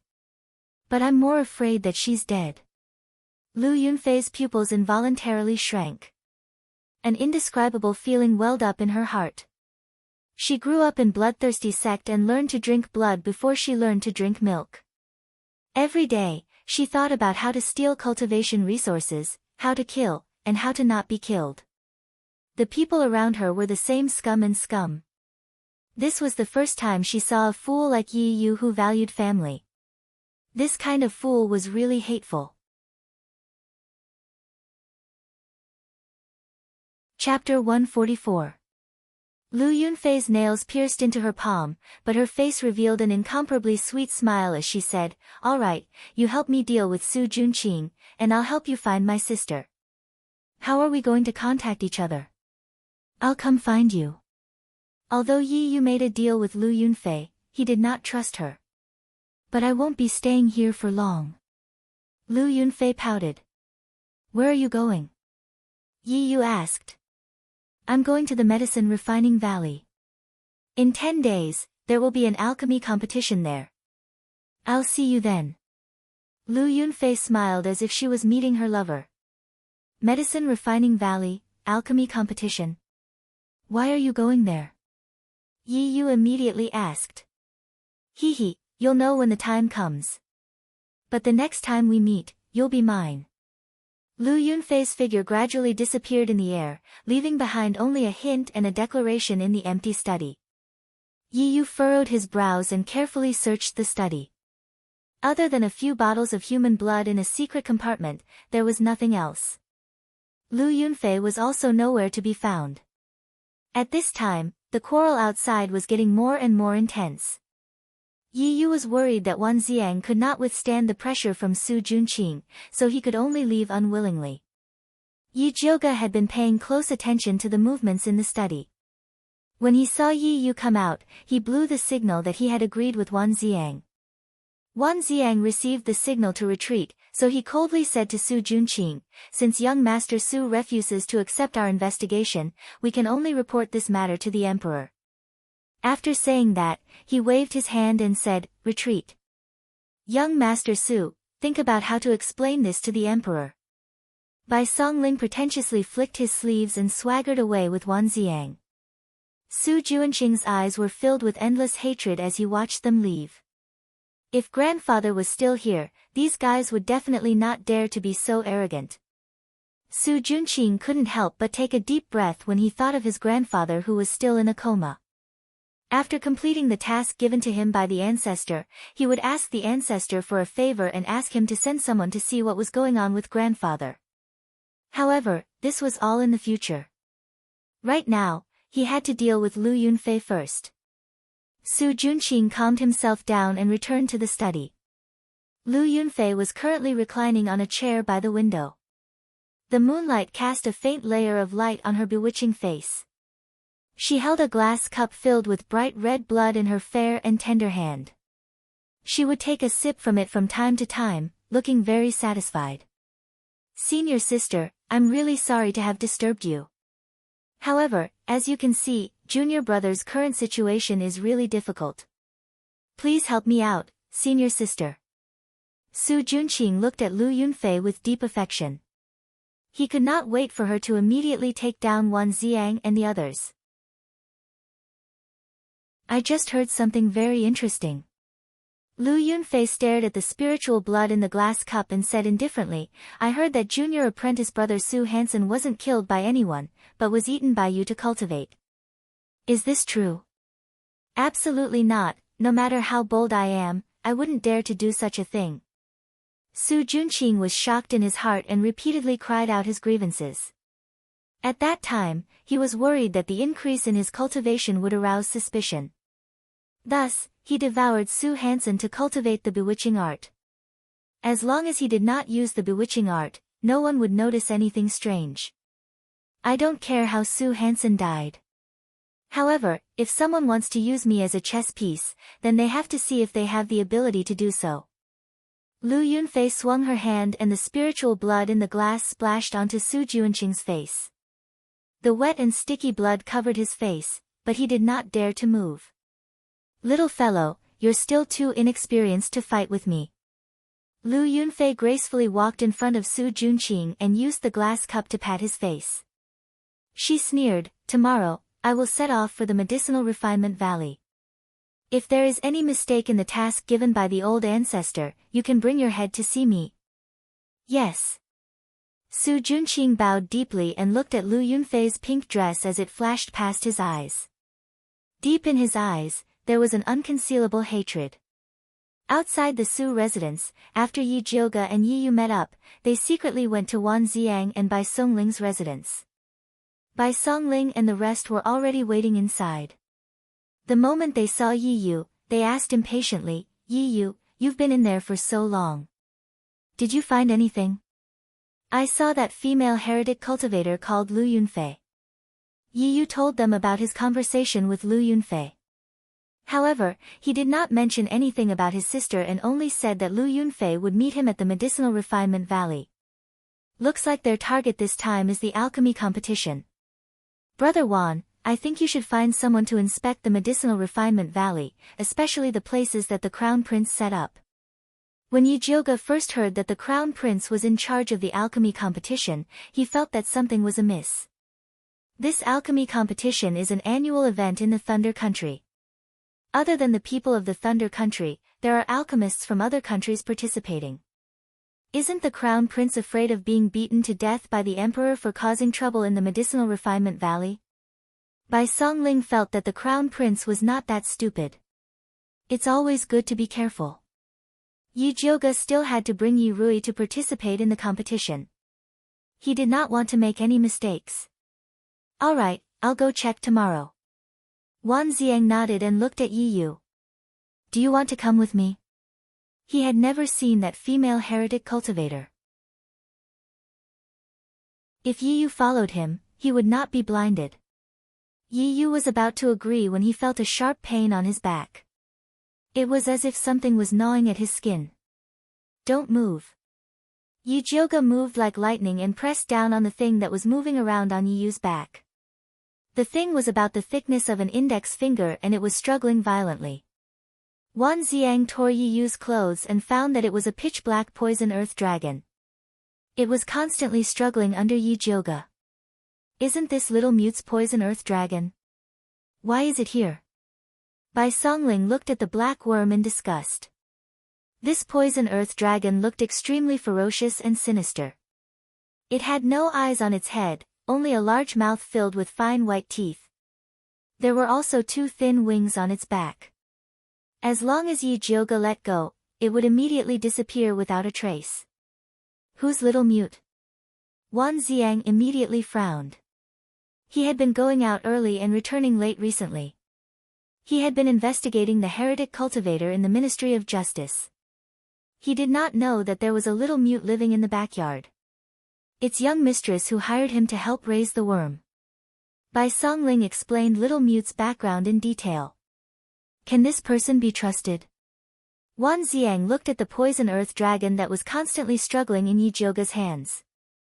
This thing suddenly attacked Yi Yu while they were having a secret discussion. No matter how he looked at it, it was not normal. If you don't trust him, then let's ask him face to face. Yi Jioge did not believe that little mute was a spy. Chapter 145. Yi Jioge jumped over the wall and entered little mute's courtyard. Yi Yu, Wan Xiang, and Bai Songling followed behind her. Little mute, come out. Yi Jioge pinched the worm with his left hand and knocked on little mute's door with his right. The wooden door opened silently. Little mute's skinny body was hidden behind the door. Only half of his snow-white face could be seen. Two big black eyes looked at everyone expressionlessly. In the deep night, it looked especially terrifying. Yi Jioge and Bai Songling were already used to little mute's weird look. This was the first time Wan Xiang and Yi Yu saw it, so they couldn't help but stare at little mute vigilantly. Little mute didn't even look at Wan Xiang and Yi Yu, the two outsiders. He extended his skinny little claw towards Yi Jioge and then raised a thin index finger, indicating that he wanted to exchange this poison earth dragon for a bottle of spirit beast pills. I'm not here to exchange, Yi Jioge pointed at Yi Yu and asked, why did this thing suddenly appear on my friend's body? Little mute's big black eyes swept across Yi Yu's body. Then, he made a eating gesture. No one else understood, but Yi Jioge instantly understood little mute's meaning. You mean, this worm is eating something on my friend's body? Little mute nodded expressionlessly. What can be eaten on my body? Yi Yu couldn't help but scratch his back. Turn around and let me take a look. Yi Jioge asked Yi Yu to turn around. Then, he opened his spiritual eye and looked carefully. In the end, he found a few thin red lines on the depression of his shoulder blade. If one didn't look carefully, they wouldn't be able to see it. Looks like that Lu Yunfei left something on your body. Yi Jioge took out his thunder fire needle and picked out the red line on Yi Yu's back. That red line was actually a living creature. After leaving Yi Yu's body, it wanted to escape. However, it was forcefully sucked into the poison earth dragon in Yi Jyoga's hand. What is this thing? Bai Songling looked at the poison earth dragon and then at Yi Yu's back. She had goosebumps all over her body. This is a small poisonous worm used for tracking. When it's not activated, it hides very well. Once it is activated, it can find you from thousands of miles away. Yi Jyoga looked at Yi Yu and asked, "Didn't you feel it when she poisoned you?" "No." Yi Yu shook his head. At that time, he was only concerned with getting information out of Lu Yunfei and completely did not notice that Lu Yunfei had done something. "Don't let your guard down just because she's a woman," Wan Xiang said lightly. Just now, when Yi Yu was talking about that female heretic cultivator, his tone was very protective. It seemed that she was not an ordinary person. He thought that Yi Yu had been bewitched and was about to ask Yi Jyoga for help. "I was careless." Yi Yu could not help but lower his head. Just now, Lu Yunfei was all smiles, and he felt that she was a rare good person. Indeed, he had let his guard down a little. That Lu Yunfei's cultivation level is higher than yours, so it's normal that you didn't notice. Honestly speaking, when you came out just now, I also helped you to take a look, but I didn't notice anything strange. Yi Jyoga's spiritual eye wasn't omnipotent. She began to think about whether it would be better to let them take a few poison detection pills when they went on missions in the future. "Don't worry, you won't be able to find out. Don't we still have this little guy?" Bai Songling looked at the poison earthworm in Yi Jyoga's hand with fiery eyes, as if he was looking at a peerless treasure. "You're right." Yi Jyoga nodded. There were specializations in every field, and this kind of strange poison had to be dealt with by a professional poison earthworm. "Little Mute, how many more of these poison earthworms do you have? We'll take them all," Yi Jyoga said in a rich and overbearing manner. Little Mute directly extended a slap towards Yi Jyoga. "5 bottles of spirit beast pills, didn't you just say 1 bottle for 1 dragon?" Yi Jyoga widened his eyes. This Little Mute's asking price was getting more and more ruthless. Little Mute expressionlessly made a few hand gestures. Bai Songling looked at the side anxiously, and could not help but ask Yi Jyoga, "What is this Little Mute saying?" "He said that there is only one condition, and that it's a rare commodity, take it or leave it." Yi Jyoga only had 2 words in his heart. Originally, he thought that this Little Mute was an honest child, but he did not expect that he would actually raise the price. A bottle of spirit beast pills costs 500 silvers in the market, so 5 bottles for 2,500 silvers is not expensive. Wan Xiang actually nodded his head at the side. In his heart, anything that could be used to deal with heretic cultivators was priceless. Little Mute rarely shifted his gaze to Wan Xiang's face, and his black eyes revealed a rare trace of expression. "Knowledgeable. Knowledgeable my ass." Yi Jyoga really wanted to kick this scammer Wan Xiang out. Those spirit beast pills that cost 500 silvers per bottle on the market were all fake goods, how could they compare to the spirit beast pills she refined? Moreover, Little Mute originally only wanted 1 bottle, but now it had risen to 5 in the blink of an eye. If he grew his appetite, it would be very difficult to deal with him in the future. "Whoever wants it can exchange with him yourself." Yi Jyoga threw the poison earth dragon back into Little Mute's hands, and decided not to tolerate this bad habit of his. "Give it to Yi Yu."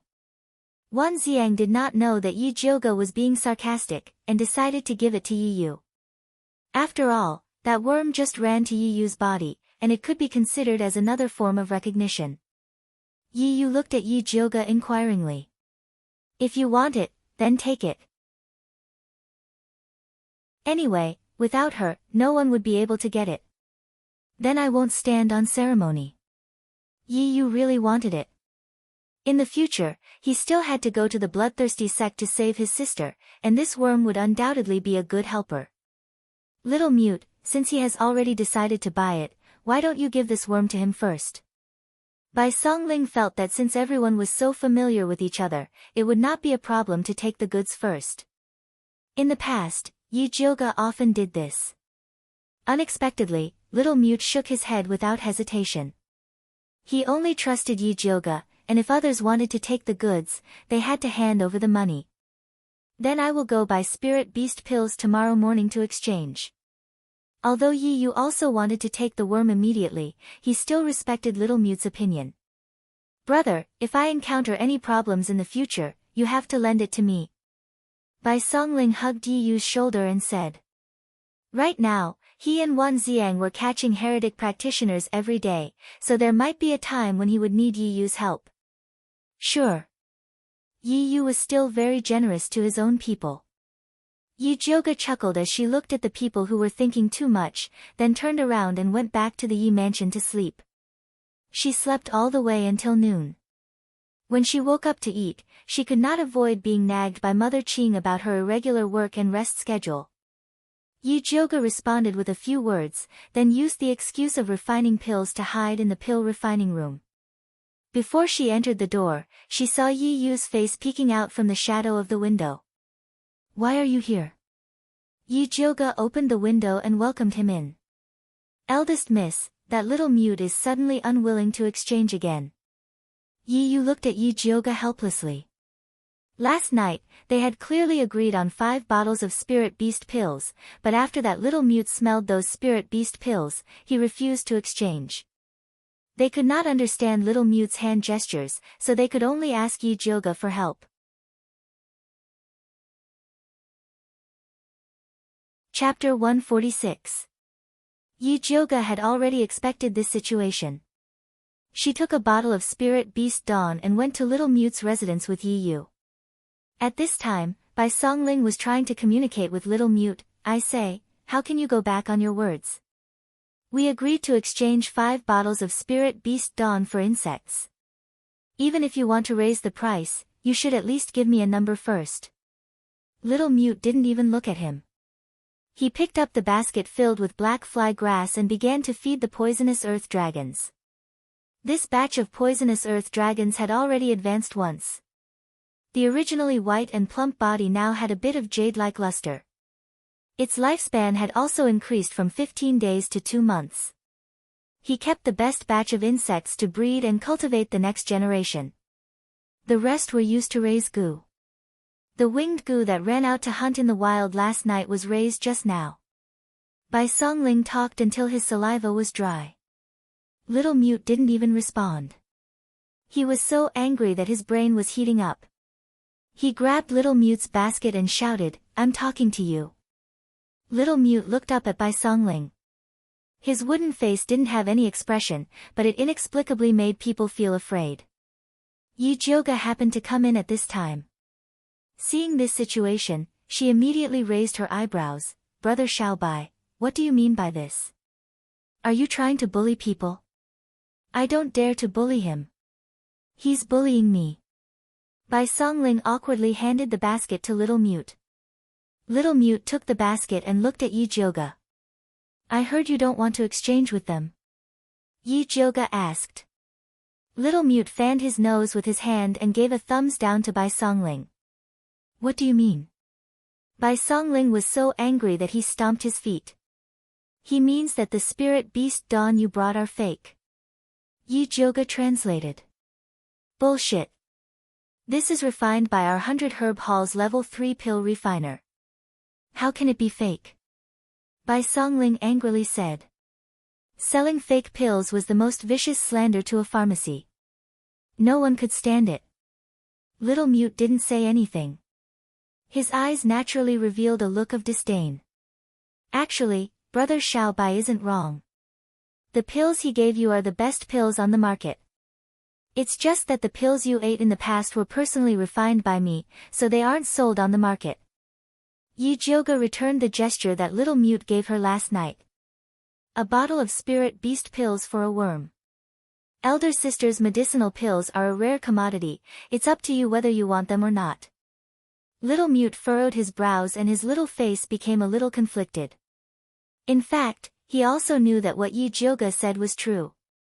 The spirit beast pills that Bai Songling and the others brought were not bad, at least they were better than the ones he had secretly obtained before. After using the medicine personally refined by Yi Jioga, he didn't care about the others.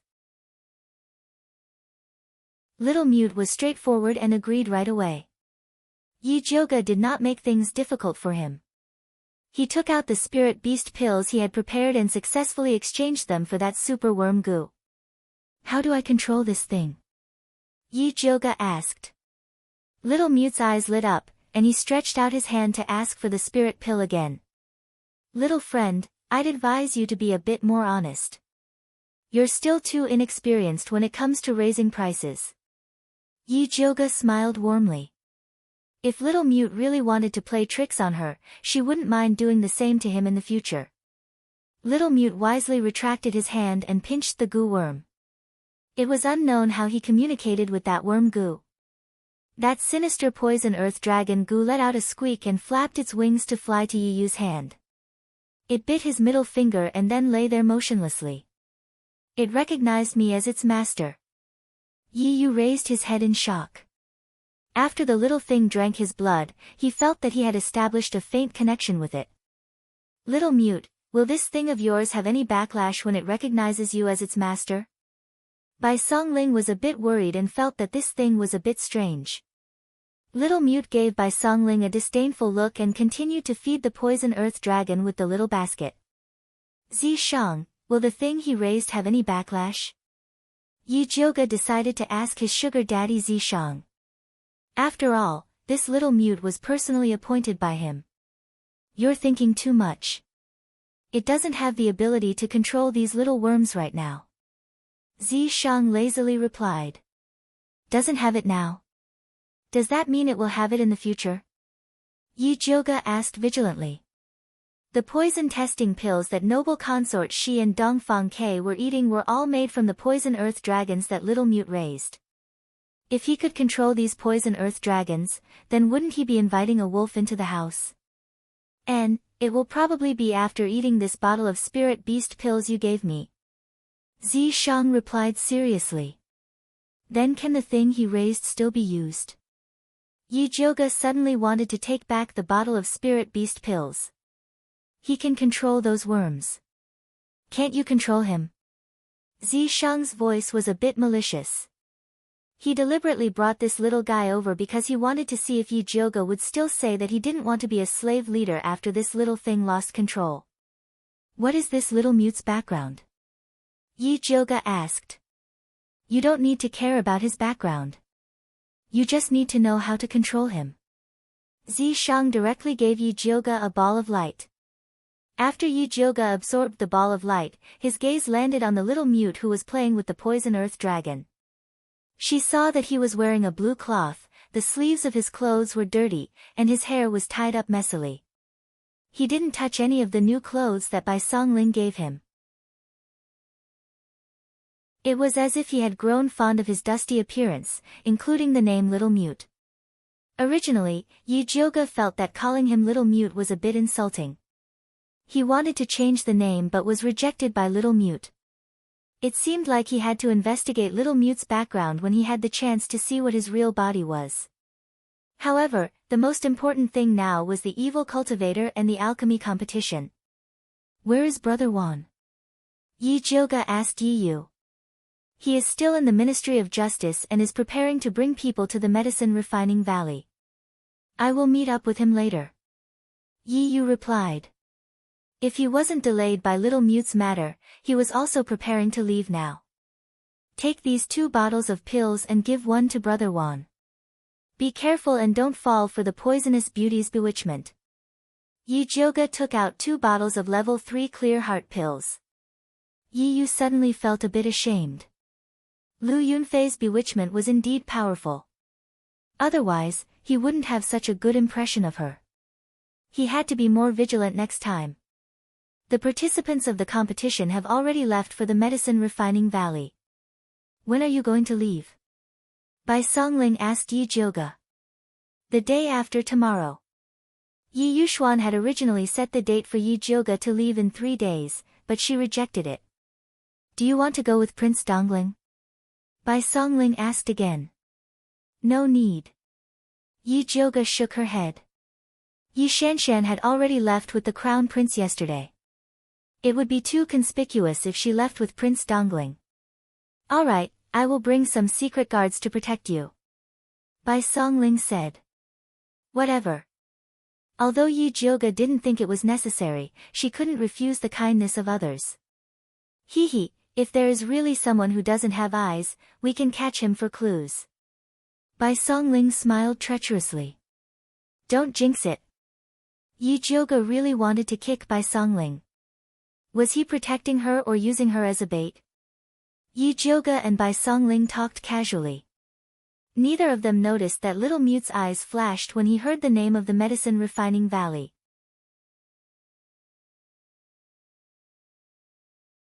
Chapter 147. Yi Jioga returned to Purple Forest Park and began to prepare for the trip to Medicine Refinement Valley. Although the competition would only be held for 3 days, they had to stay for at least 7 days. The things that Mother Qing had prepared were enough to fill up a large carriage to ensure that their eldest miss could live comfortably outside. Yi Jioga looked at the large pile of things and couldn't help but sigh. It would be great if she had a storage bag. However, storage bags were too expensive and couldn't be bought in Thunder Country.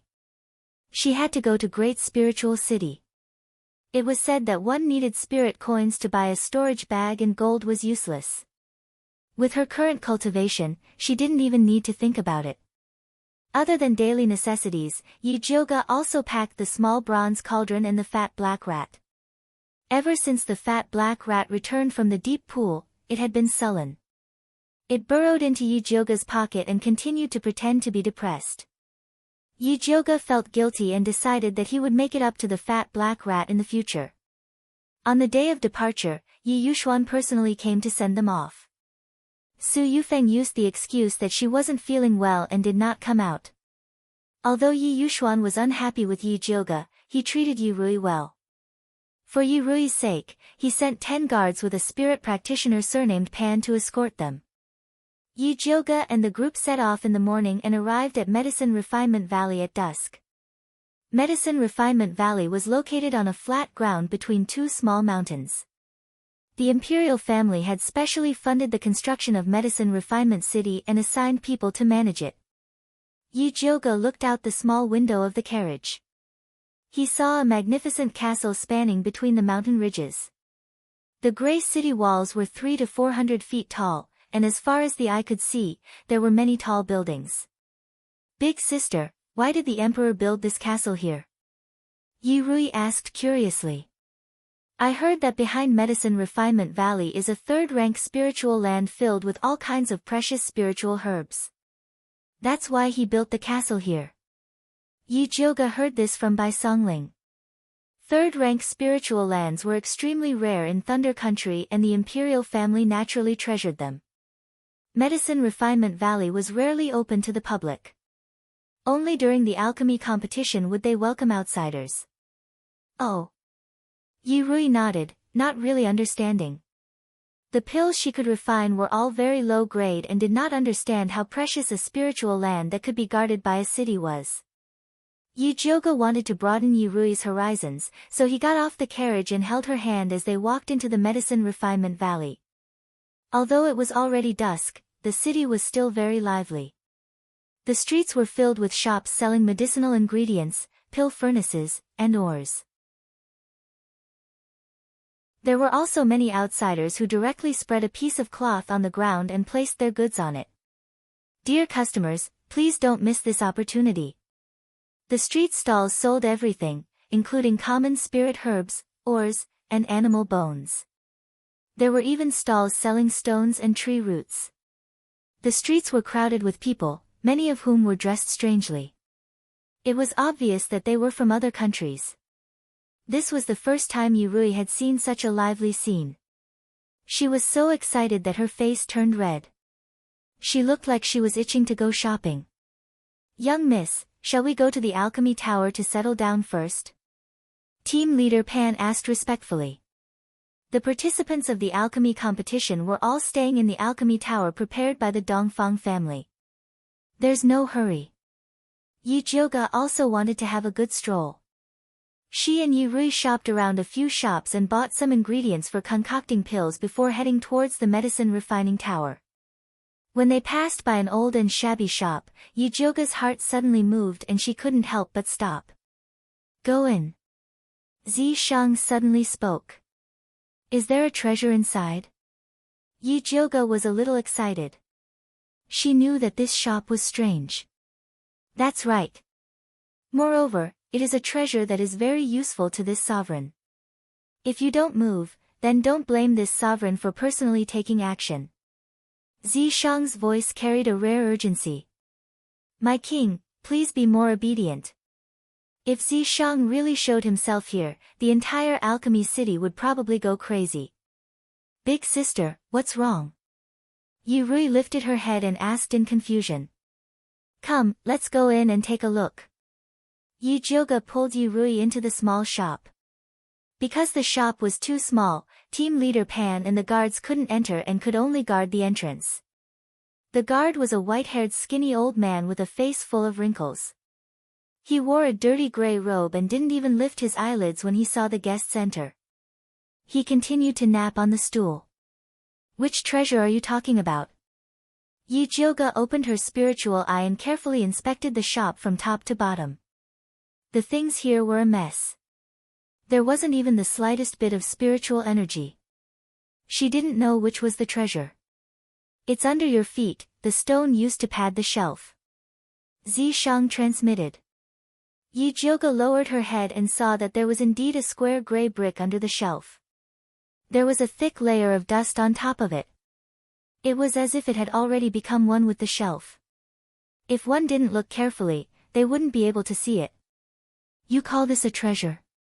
Yi Jioga was speechless. She didn't expect Zi Shang to have a hobby of collecting bricks. This isn't an ordinary brick. You wouldn't understand even if I told you. Hurry up and buy it. Zi Shang's tone was unquestionable. Yi Jioga felt that it was a little difficult. If she bought a brick for no reason, it might arouse the suspicion of the shop owner. At that time, he might treat it as a treasure and raise the price. The most common method was to buy a few good things and ask the shop owner to buy the brick. However, this shop was really shabby. It seemed like there wasn't anything valuable here. Big sister, what is this? Yi Rui pulled out a box of light green beads from a messy pile of miscellaneous items in the corner. Yi Jioga glanced at it and said, this is a wooden bead. It has a certain effect on wood spiritualists. However, the spirituality inside has already been completely lost. Is that so? I think it's pretty. Yi Rui held the wooden bead and looked like she couldn't bear to let it go. Yi Jioga suddenly had an idea. If she bought a brick, it would arouse suspicion. However, if it was a child like Yi Rui, it might not necessarily be the case. After all children have the right to be willful. Yi Jioga was just about to ask Yi Rui to buy a brick for him when he realized that his body suddenly couldn't move. Why go through so much trouble? Zi Shang was a little impatient. He directly controlled Yi Jioga's body and pulled out the brick from under the shelf. He threw it on the table and said coldly, name your price. The messy old man slowly opened his droopy eyelids. His muddy old eyes glanced at the gray brick. He stretched out his palm and said slowly, 5,000 taels of silver. Before Yi Jioga could say anything, Yi Rui's eyes widened in shock. What? You want 5,000 taels of silver for a broken brick? No. The old man shook his head and said unhurriedly, it's not silver, it's gold. Yi Rui opened her mouth and looked at the old man in shock. She then turned to look at Yi Jioga with an expression that said, you don't really want to buy it. Yi Jioga knew that this old man would ask for a sky-high price.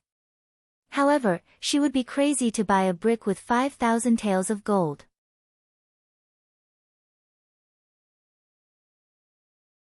Chapter 148. Zi Shang subconsciously wanted to kill this greedy old man but was stopped by Yi Jioga. Don't do anything stupid.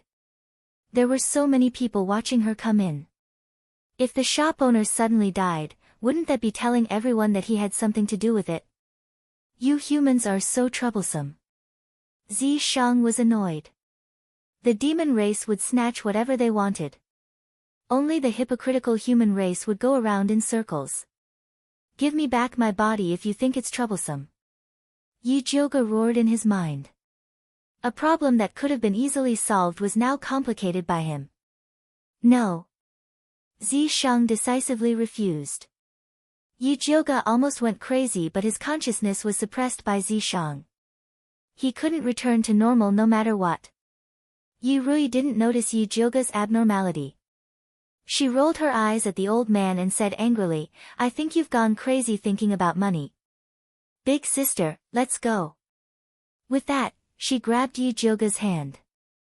Zi Shang didn't want to leave without getting the brick. He avoided Yi Rui's hand and stared straight at the old man. Old man, you have to be honest. You're selling a brick for 5,000 gold taels. Aren't you afraid of choking to death? That's not something you need to worry about. The old man slowly replied. He was able to establish himself in Alchemy City because he was ruthless and quick at robbing money. Is that so? Yi Jioge squinted his eyes. A purple vertical line appeared in his black pupils, flashing with a demonic light. The old man felt dizzy from this light and inexplicably felt guilty. He suddenly realized that it was intolerable for him to cheat the customer like this. He quickly stood up and said in fear and trepidation, I was wrong. I shouldn't have been greedy for money. It's just a brick. If you want it, take it. Then I won't be polite. Yi Jioge's red lips curled up and his eyes returned to normal. Yi Jioge finally regained control of his body. He cursed Zi Shang's tyranny while reaching for the brick. At this time, Yi Shanshan's voice came from outside, Captain Pan, why are you here? This subordinate greets second young Mississippi. Captain Pan respectfully bowed. This subordinate has been ordered to escort first young miss and fourth young miss to Alchemy Valley. Big sister, fourth sister, is it really you? Yi Shanshan, who was wearing a blue dress, walked into the shop. Behind her was a young girl in a gorgeous golden dress. This girl was about 18 or 19 years old. She had fair skin and a beautiful face. She had an arrogant attitude. She looked at Yi Jioge with an unfriendly expression and coldly snorted, You're Shanshan's big sister. Who are you? The corner of Yi Jioge's mouth twitched. Big sister Shanshan, this form of address really made him unhappy. Big sister, this is the third daughter of the Gong family. Yi Shanshan introduced with a little pride. So it's the third miss of the Gong family. Yi Jioge thought of Gong Shifan who had helped her previously and forced a smile at the third Mississippi. However, third Miss Gong snorted coldly and turned to Yi Shanshan. Shanshan, is your elder sister very poor, so she can only come to this kind of shabby shop? As he spoke, he glanced disdainfully at the small shop and Yi Jioge and Yi Rui. You are the poor one. Yi Rui found that her beloved big sister was scolded, and immediately retorted back unhappily. Fourth sister, don't be rude. Yi Shanshan reprimanded Yi Rui, and then apologetically said to the girl in the red dress, Miss Gong, my fourth sister was born of a concubine. She has not had a good upbringing since she was young. Please don't bother with her. When Yi Rui heard this, her face was immediately filled with anger. Yi Jioge squeezed her little hand and said slowly, Fourth sister, don't be angry. Your second sister was born of a second concubine, so it is inevitable that her upbringing is a little poor. This time, it was Yi Shanshan's turn to look ugly. Yi Jioge, as the elder sister, how can you slander your own sister like this? You really have no upbringing. Third Miss Gong raised her thin eyebrows and said with a tone full of sarcasm. What does it have to do with you if I teach my own sister a lesson? Or is it that the Gong family's upbringing to be a dog catching mice and meddling in other people's business? Yi Jioge saw that third Miss Gong had clearly come to find trouble with him, so he did not stand on ceremony with her. How dare you insult our Gong family? Third Miss Gong was so angry that her pretty face turned red, as if she had received a great humiliation. Wrong, I didn't insult your Gong family, I only insulted you. Yujioga's poisonous tongue could not be stopped by anyone. Big sister, you're wrong. I think it is more suitable for third Miss Gong to humiliate herself, Yurui said seriously. Little hussy, you dare to insult me? I will kill you. Third Miss Gong had never been humiliated like this in her life. She waved her hand and slapped Yurui's face. Yujioga raised his hand and grabbed third Miss Gong's hand. He said coldly, I will let you off this time for the sake of Spirit Master Gong Shifan. If you dare to make a move again, don't blame me for being impolite. You want to use the Gong family to suppress me? You think too highly of yourself. Third Miss Gong's body suddenly emitted a pale green light. It turned into a sharp wind blade and attacked Yujioga's chest. Fortunately, Yujioga was already prepared. He lifted his leg and kicked third Miss Gong's abdomen. Third Miss Gong screamed and flew out. She lay on the ground in a sorry state. The wind blade did not hit Yujioga, but it cut the beam of the shop. The old roof immediately collapsed. Yujioga grabbed Yurui with one hand and the old man with the other. He finally rushed out of the house before it completely collapsed. Big Miss, are you okay? Hua Dai and Yu Dai immediately rushed over. Their faces were pale with fear. I am fine. Yujioga shook his head. Big sister, you are too much. How can you treat third Miss Gong like this? Yi Shanshan fiercely scolded Yujioga. Then, she eagerly went to help third Miss Gong. Third Miss Gong stood up in a sorry state. She fiercely shook off Yi Shanshan's hand and said to Yujioga, Yujioga, how dare you treat me like this? Our Gong family will not let you off. If you have the ability, fight me one-on-one. Don't drag your Gong family into this. Yujioga was not afraid of third Miss Gong's threat. No matter how powerful she was in the Gong family, she could not be more respected than the first grandson, Gong Baiyu. As long as Yujioga grasped the method to cure Gong Baiyu's eye disease, the Gong family would probably force third Miss Gong to apologize. Third Miss Gong's eyes were red. Her hand flashed with green light and she was about to make a move. Third Miss Gong, you can't. Yi Shanshan hurriedly stopped her and anxiously advised, you can't use force in Alchemy City. Otherwise, you will be disqualified. Although Yi Shanshan wished that she was the only one participating in the alchemy competition, if she did not stop third Miss Gong, the Crown Prince would not let her off. Scram! Third Miss Gong fiercely glared at Yi Shanshan. Yi Shanshan's expression also turned ugly. Although she wanted to curry favor with the Gong family, being scolded by third Miss Gong time and time again made her very angry. She did not want to stop her. Just as third Miss Gong was about to make a move, a familiar voice suddenly sounded. Stop!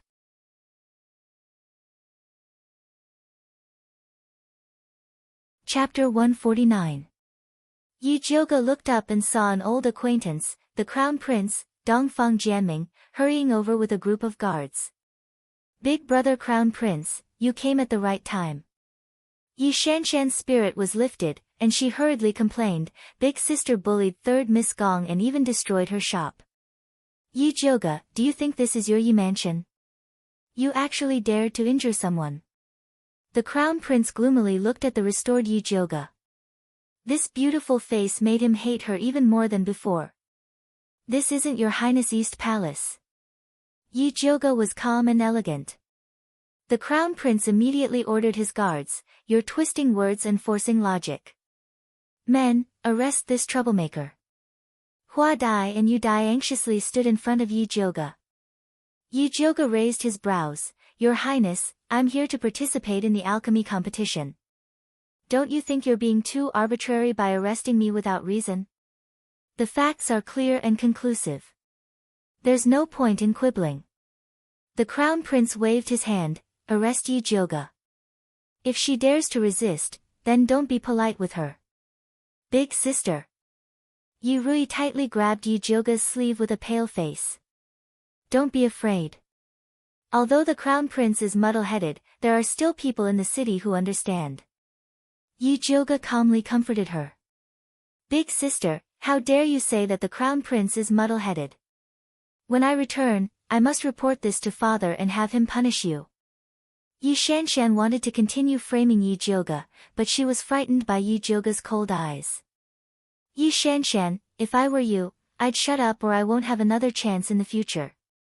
Yi Jioga's tone was calm, but Shanshan knew that she wasn't joking. The fear of being beaten came back to her, and she could not help but hide behind the crown prince.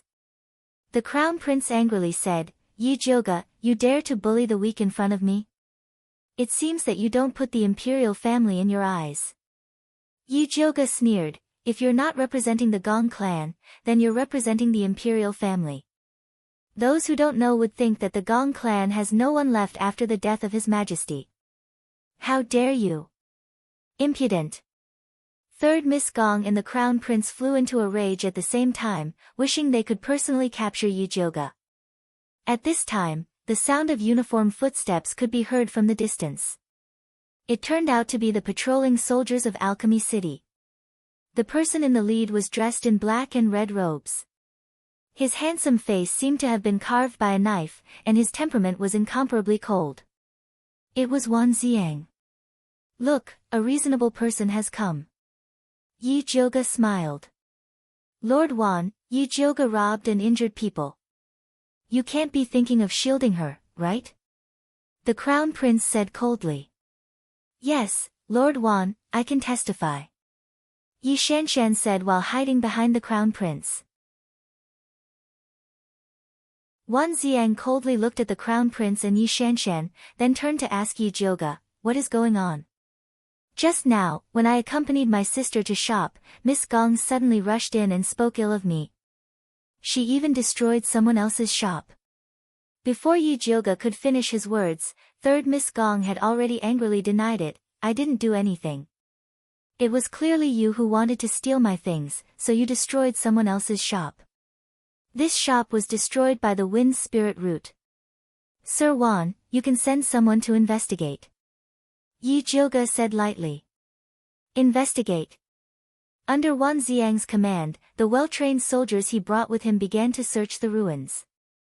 Very quickly, they found a beam that was cut by the wind spirit root.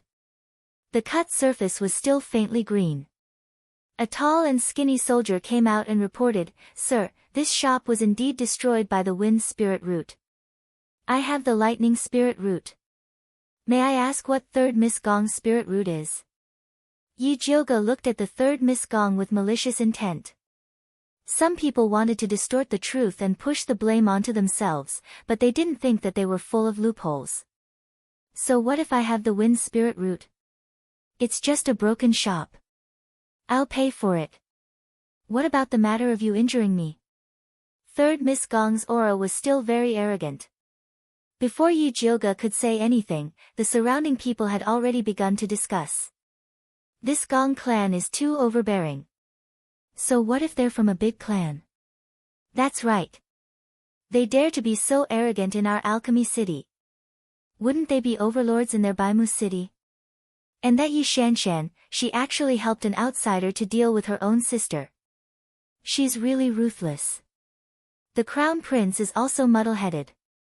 He was blinded by beauty and actually dared to openly protect a criminal. If he was the host of the alchemy competition, then we wouldn't have to compete anymore, the surrounding people were discussing. Third Miss Gong's face turned red and white. She looked at Yi Jioga as if she wanted to tear him into pieces. Don't cause trouble in Alchemy City. Your Highness, you also don't want this matter to reach the Emperor's ears. Wan Xiang coldly looked at the crown prince. This was an alchemy competition. There was absolutely no room for mistakes. Even the crown prince didn't dare to act recklessly. The crown prince didn't dare to say anything else. He fiercely glared at Yi Jioga, then whispered a few words to third Miss Gong. Third Miss Gong was obviously unconvinced. However, this was the Dongfang clan's territory. No matter how arrogant she was, she had to give the crown prince some face. Just you wait. Third Miss Gong threw down these harsh words and angrily left. Yi Shanshan hurriedly followed. Her fawning appearance was very disdainful. Shameless. Yu Rui disdainfully looked at Yi Shanshan's back as she left. She simply didn't want to admit that this person was her second sister. Say less. Yi Jioge patted Yu Rui's shoulder. Arguing with Yi Shanshan in front of outsiders would only make her a laughingstock. He would deal with her when they got back. Yu Rui bit her lips and didn't say anything. At this moment, the dizzy old man finally came back to his senses. Looking at the collapsed store, he immediately screamed. My store. Yi Jioge just remembered a very important question. Where was my brick? Big sister. Yu Rui pulled Yi Jioge's sleeve and touched the small embroidered backpack on her back. It was bulging and looked exactly like a brick. So smart. Yi Jioge rewarded her by rubbing her little head. Yi Rui smiled. This was 5,000 taels of gold. Of course, she had to keep it well. Captain Pan, stay here and help this old man count his things. Pay as much as he should, Yi Jioge instructed Captain Pan. Although this unexpected disaster was caused by third Miss Gong, Yi Jioge still felt that he should give the old man some compensation for the brick. Yes. Captain Pan nodded respectfully. As a guard, he had failed to stop third Miss Gong's attack on first Miss Gong. Now, he had to make up for his mistake. I will send you to the medicine refining building. Wan Xiang said to Yi Jioge. I won't delay your business, right? Yi Jioge looked at the soldiers behind Wan Xiang. No. Wan Xiang's status was equivalent to that of an imperial envoy. He could inspect everywhere. Then let's go. Yi Jioge and Wan Xiang walked in front. Yu Rui considerately followed behind Hua Dai and Yu Dai, giving Yi Jioge and Wan Xiang the opportunity to be alone. What is the background of that third Miss Gong? Seeing that no one was approaching, Yi Jioge asked Wan Xiang in a low voice.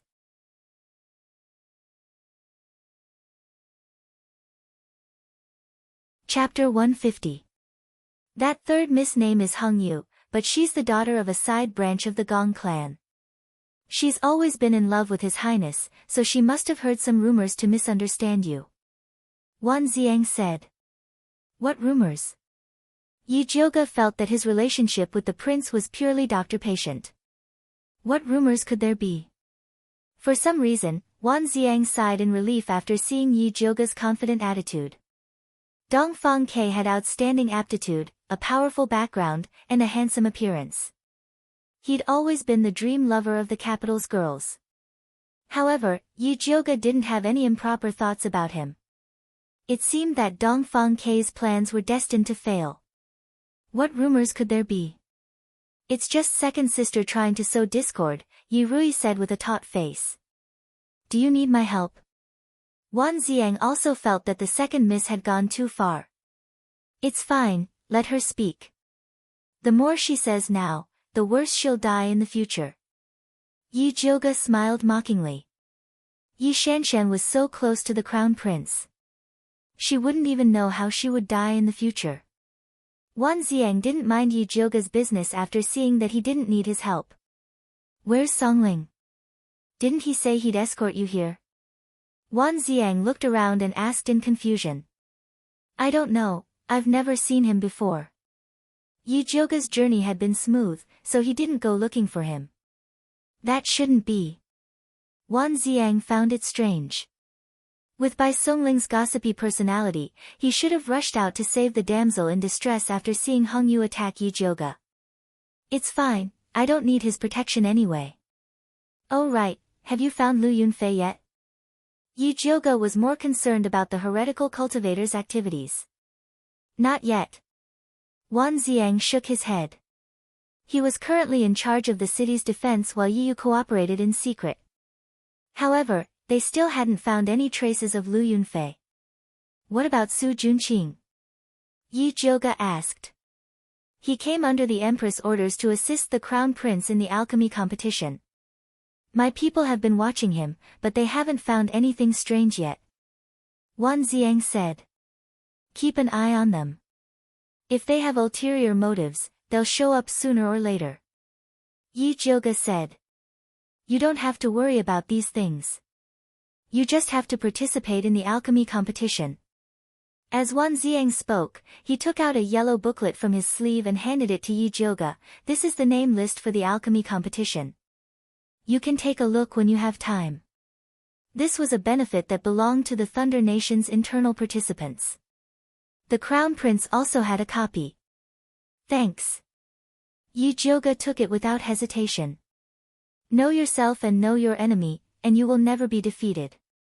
If you don't take advantage of the situation, you will be a bastard. Oh, by the way, this year's quota has been cancelled. Everyone will have to start from the first round. I heard that Imperial Uncle Dong Fangyao requested this. Dong Fangyao was Alchemy City's city lord and Emperor Xian Wu's uncle. He was in charge of this year's alchemy competition. Oh. Yi Jioga didn't want to use the quota, so he wasn't disappointed. As the two of them spoke, they arrived at the entrance of the Medicine Refinement Tower.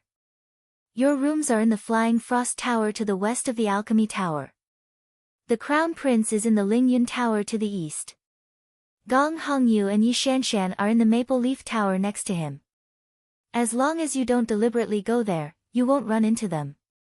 Wan Ziang still hoped that Yi Jioga could bear with it and not cause trouble during the competition. If people don't offend me, I won't offend them. If the Crown Prince and Gong Hongyu didn't have eyes, they couldn't blame her for being impolite. Wan Ziang knew Yi Jioga's temper very well. When he heard this, he could only smile helplessly. Then, he ordered a soldier beside him, call Aunt Chang over. A moment later, a middle-aged woman dressed in dark red armor walked out of the Medicine Refinement Tower with a warm smile. She bowed to Wan Ziang and said, "This subordinate greets Lord Wan. Jioga, this is Aunt Chang in charge of the Medicine Refinement Tower. If you have any problems in the future, you can look for her." Wan Ziang implied that this Aunt Chang was one of his own. This servant greets young lady Yi. Good luck to the young lady. Aunt Chang bowed respectfully to Yi Jioga. Aunt Chang is too polite. Yi Jioga smiled faintly. I still have matters to attend to, so I won't accompany you in. Aunt Chang, take good care of young lady Yi. Wan Ziang gave Aunt Chang a few more instructions before leaving. Next, Aunt Chang personally brought Yi Jioga and the others to Flying Frost House. Along the way, she told them quite a bit about the Medicine Refinement Tower. The Medicine Refinement Tower occupied an area of more than 200 acres. There were a total of 88 small buildings. They were built according to north, south, east, and west around the Medicine Refinement Tower. The Medicine Refinement Tower was the venue for their upcoming competition. Currently, there were 53 alchemists residing in the Medicine Refinement Tower. There were 30 women and 23 men. Most of them were at the first rank. After Aunt Chang brought Yi Jioga and the others to Flying Frost House, she said, "If young lady has no other instructions, this subordinate will take her leave." Sorry to trouble you, Aunt Chang. Yi Jioga glanced at Hua Dai. The little girl was very perceptive and stuffed a pouch into Aunt Chang's hands. Young miss, you're too kind. Aunt Chang declined verbally, but her hands quickly took the pouch with a greedy look on her face. After Yi Jioga had Hua Dai send Aunt Chang out, she began to examine the two-story building made of green bamboo in front of her. The front yard of the building was on the left, while the backyard was on the right.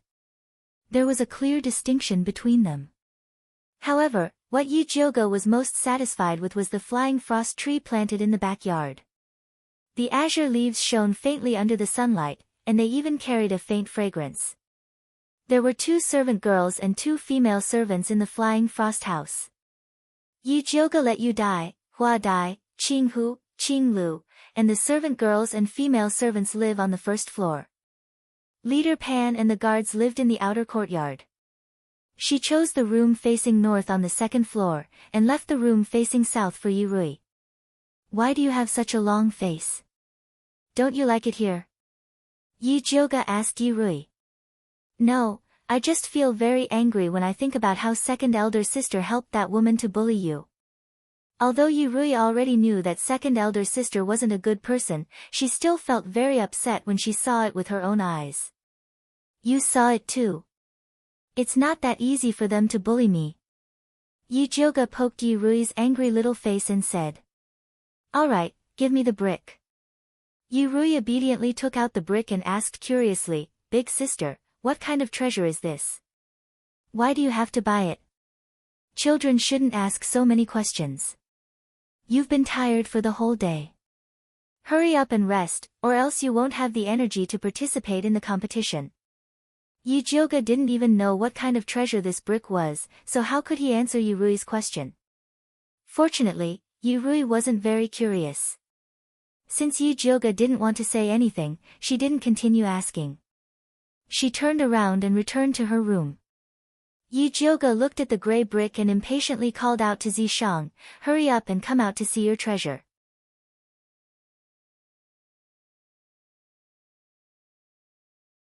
Chapter 151. Zishang immediately revealed himself.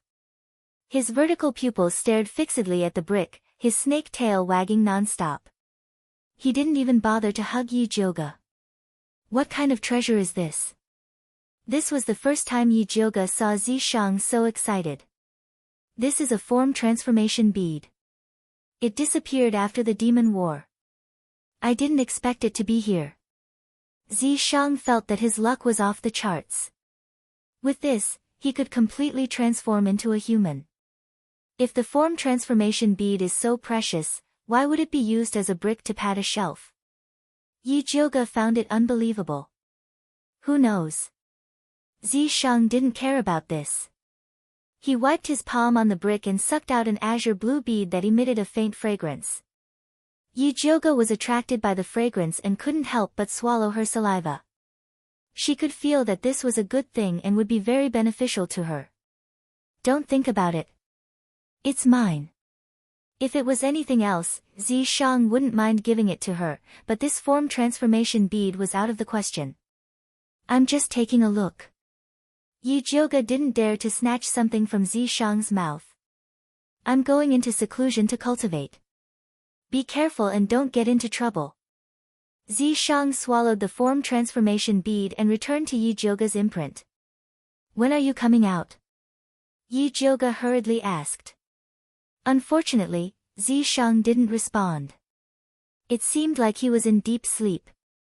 F***ck, it's like this every time. Big sister curses you for failing to transform. Yujioga cursed inwardly. Following that, she had dinner and took care of some miscellaneous matters before returning to her room to flip through the yellow booklet Wan Xiang gave her. There was a detailed introduction of each contestant's situation, and even the address of their medicine refining tower was recorded. This batch of contestants, including her and Yi Shanshan, had a total of 6 second-rank pill refiners. Apart from Gong Hongyu from Baimu City, the names of the others were unfamiliar. She skimmed through the booklet and sat cross-legged on the bed to cultivate the manifestation technique.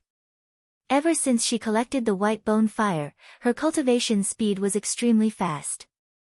Even if she didn't cultivate her spiritual power, she could still circulate it slowly. However, the most impressive thing was her divine sense. In the past, it could only envelop a room at most. Now, it could extend outwards. She slowly released her divine sense to the next room and clearly saw Yurui sleeping soundly. Just as she was about to continue training her divine sense, suddenly, something with the smell of blood swept past her small building and flew towards the east. Her divine sense bounced back abruptly. Yujioga immediately opened his eyes. That cold and bloody aura just now was very strange and did not seem to belong to Su Junqing. Could it be Lu Yunfei? Yujioga hurriedly jumped out of the window and chased after that row of small buildings in the east.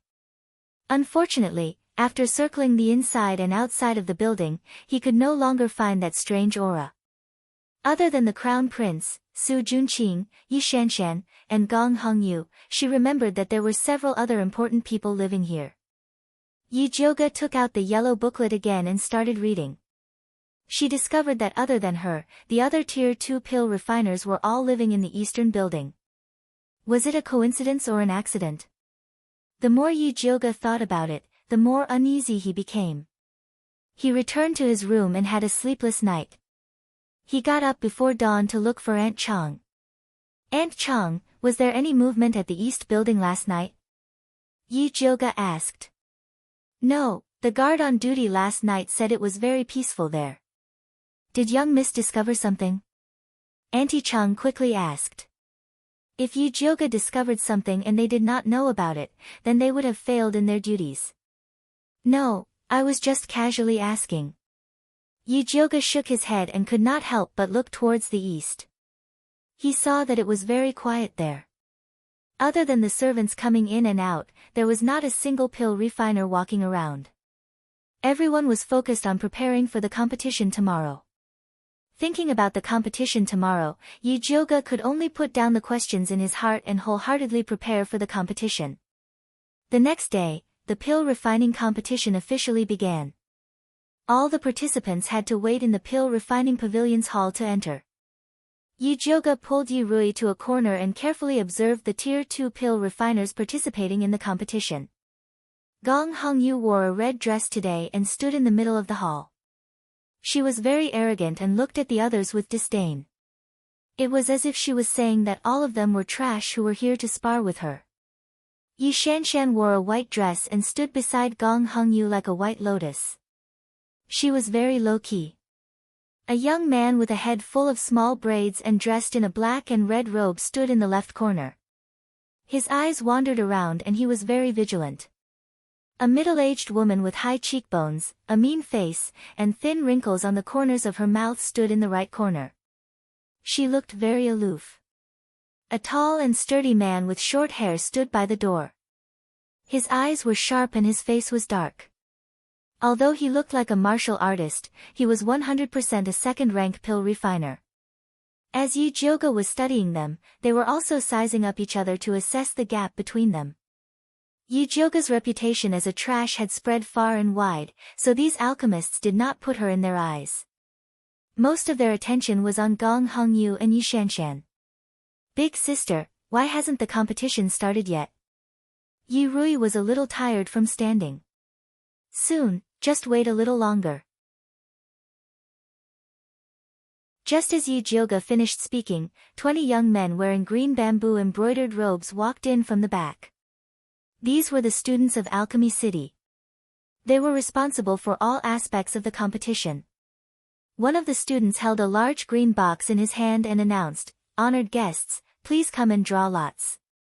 The number you draw will represent the room you will be using later." Yi Jioge drew number 36, while Yi Rui drew number 48. After drawing lots, the students stood in 2 rows and shouted in unison, "Greetings, Grandmaster Dongfang." Tap tap tap. A gray-robed old man with messy hair and a wizened face walked in.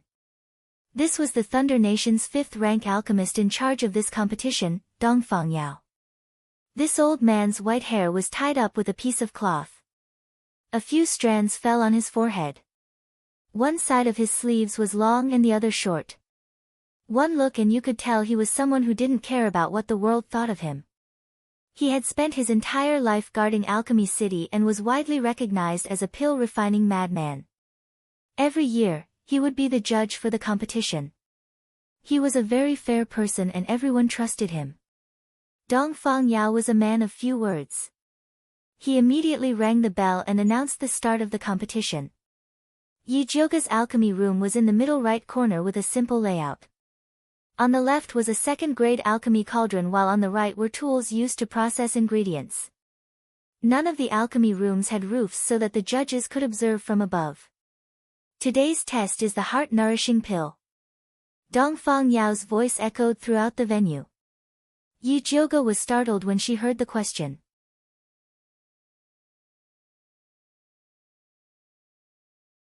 Chapter 152. Yi Jioge remembered that in the past alchemy competitions, the first 2 rounds were all about basic pills, and only in the last round would the more difficult pills appear. Who would have thought that they would use such a big move in the first round? No wonder the recommendation was cancelled. Gosh, how could it be the heart-nourishing pill? I've never practiced it before. Many examinees started wailing. The heart-nourishing pill was a rather unpopular pill. Coupled with the fact that the required herbs were rather complicated, very few people would refine this pill. Aside from experience, pill concoction also requires the ability to learn and comprehend. I will give you 3 sets of medicinal herbs and a pill formula. If you feel that you cannot concoct it, you can scram now, Dong Fangyao said impatiently. In the past, he had always relied on the basic pills that alchemists often refined. Every time he appraised the pills, it would be difficult to determine which one was better, which made him feel very annoyed. Recently, he had been researching a new pill formula, so he was not in the mood to host this alchemy competition. Thus, he simply chose a pill that no one practiced often and eliminated most of the people first. A 5th-grade imperial alchemist was just that capricious. Although Yi Jioga had never refined the heart-nourishing pill before, she was not afraid of it. The heart-nourishing pill required 49 types of medicinal herbs to be concocted, and the apprentice brought over a large basket of medicinal herbs. Yi Jioga poured out the medicinal herbs from the basket and arranged them in the small bamboo basket. When she examined the heart-nourishing flower, her pupils suddenly contracted. The heart-nourishing flower was about the size of a thumb. It had pink petals and gray stamens. It was the main ingredient of the heart-nourishing pill. In this large bunch of heart-nourishing flowers, there were a dozen small flowers with black spots on their stamens. It was impossible to distinguish them from each other. However, Yi Jioga's eyesight was extraordinary. He could tell at a glance that this small flower with a black stamen was not a heart-nourishing flower, but a heart-devouring flower. Although the heart-devouring flower looked very similar to the heart-nourishing flower, its effects were the exact opposite. If it was refined as a heart-nourishing flower, it would become a highly toxic pill. Consuming it would result in a loss of spiritual energy, and in severe cases, death. Because they grew up in different environments, most people wouldn't make a mistake. Unless, the person who delivered the medicine made a mistake on purpose. Yi Jioga looked up at a tall and skinny apprentice in front of him. He was the one who had delivered the medicine. The apprentice happened to be peeking at her out of the corner of his eye. When their eyes met, he immediately turned his face away guiltily. Other than the crown prince, she couldn't think of anyone else who could instruct an apprentice to tamper with her herbs. If it was an alchemist who was not familiar with the heart-nourishing pill, he might really fall for it. But to Yi Jioga, it was a piece of cake. She didn't want to make it public, because it was useless to say it. The heart-devouring flower and the heart-nourishing flower looked very similar, so it was reasonable for the apprentices to say that they had made a mistake. Moreover, the selection of medicinal herbs was originally a part of the competition, so there was nothing to make a fuss about. After Yi Jioga picked out all the heart-devouring flowers, he went to check the alchemy furnace and indeed found a problem. There were a few small holes on the furnace, which would lower the grade of the pill. Yi Jioga didn't stand on ceremony this time and directly called the apprentice over to ask for a new alchemy furnace. In the referee room on the top floor. In addition to the main referee, Dong Fangyao, there were also 2 level 4 alchemists as assistant referees. The short and plump man was called Old Chen. The tall and thin man was called Elder Shao. Both of them were elders of Alchemy City. In addition to the 3 referees, the crown prince, Dongfang Jianming, was also present. He was respectfully standing beside Dong Fangyao, accompanying him to observe the situation of the various alchemy rooms. Now that all the apprentices had started to concoct the medicinal herbs, Yi Jioga's movements immediately attracted Dong Fangyao's attention. "What's the matter with number 36? Dong Fangyao frowned and asked. "She said that there's a problem with the alchemy furnace and wants us to give her a new one." Dong Fangyao's head apprentice, Li Zijuan, quickly asked about the situation. "Didn't I ask you to inspect it carefully? How could there be a problem?" Dong Fangyao's sharp eyes swept over. This was because the alchemy competition's medicinal herbs and equipment were distributed uniformly. Thus, he was very strict about this. This disciple has failed in his duty, please punish me, master. Li Zijuan immediately bowed and apologized. Uncle, this matter can't be blamed on Zijuan. That number 36 Yi Jioga is a famous troublemaker. Unless you give her the 30,000 gold cauldron, she won't be satisfied.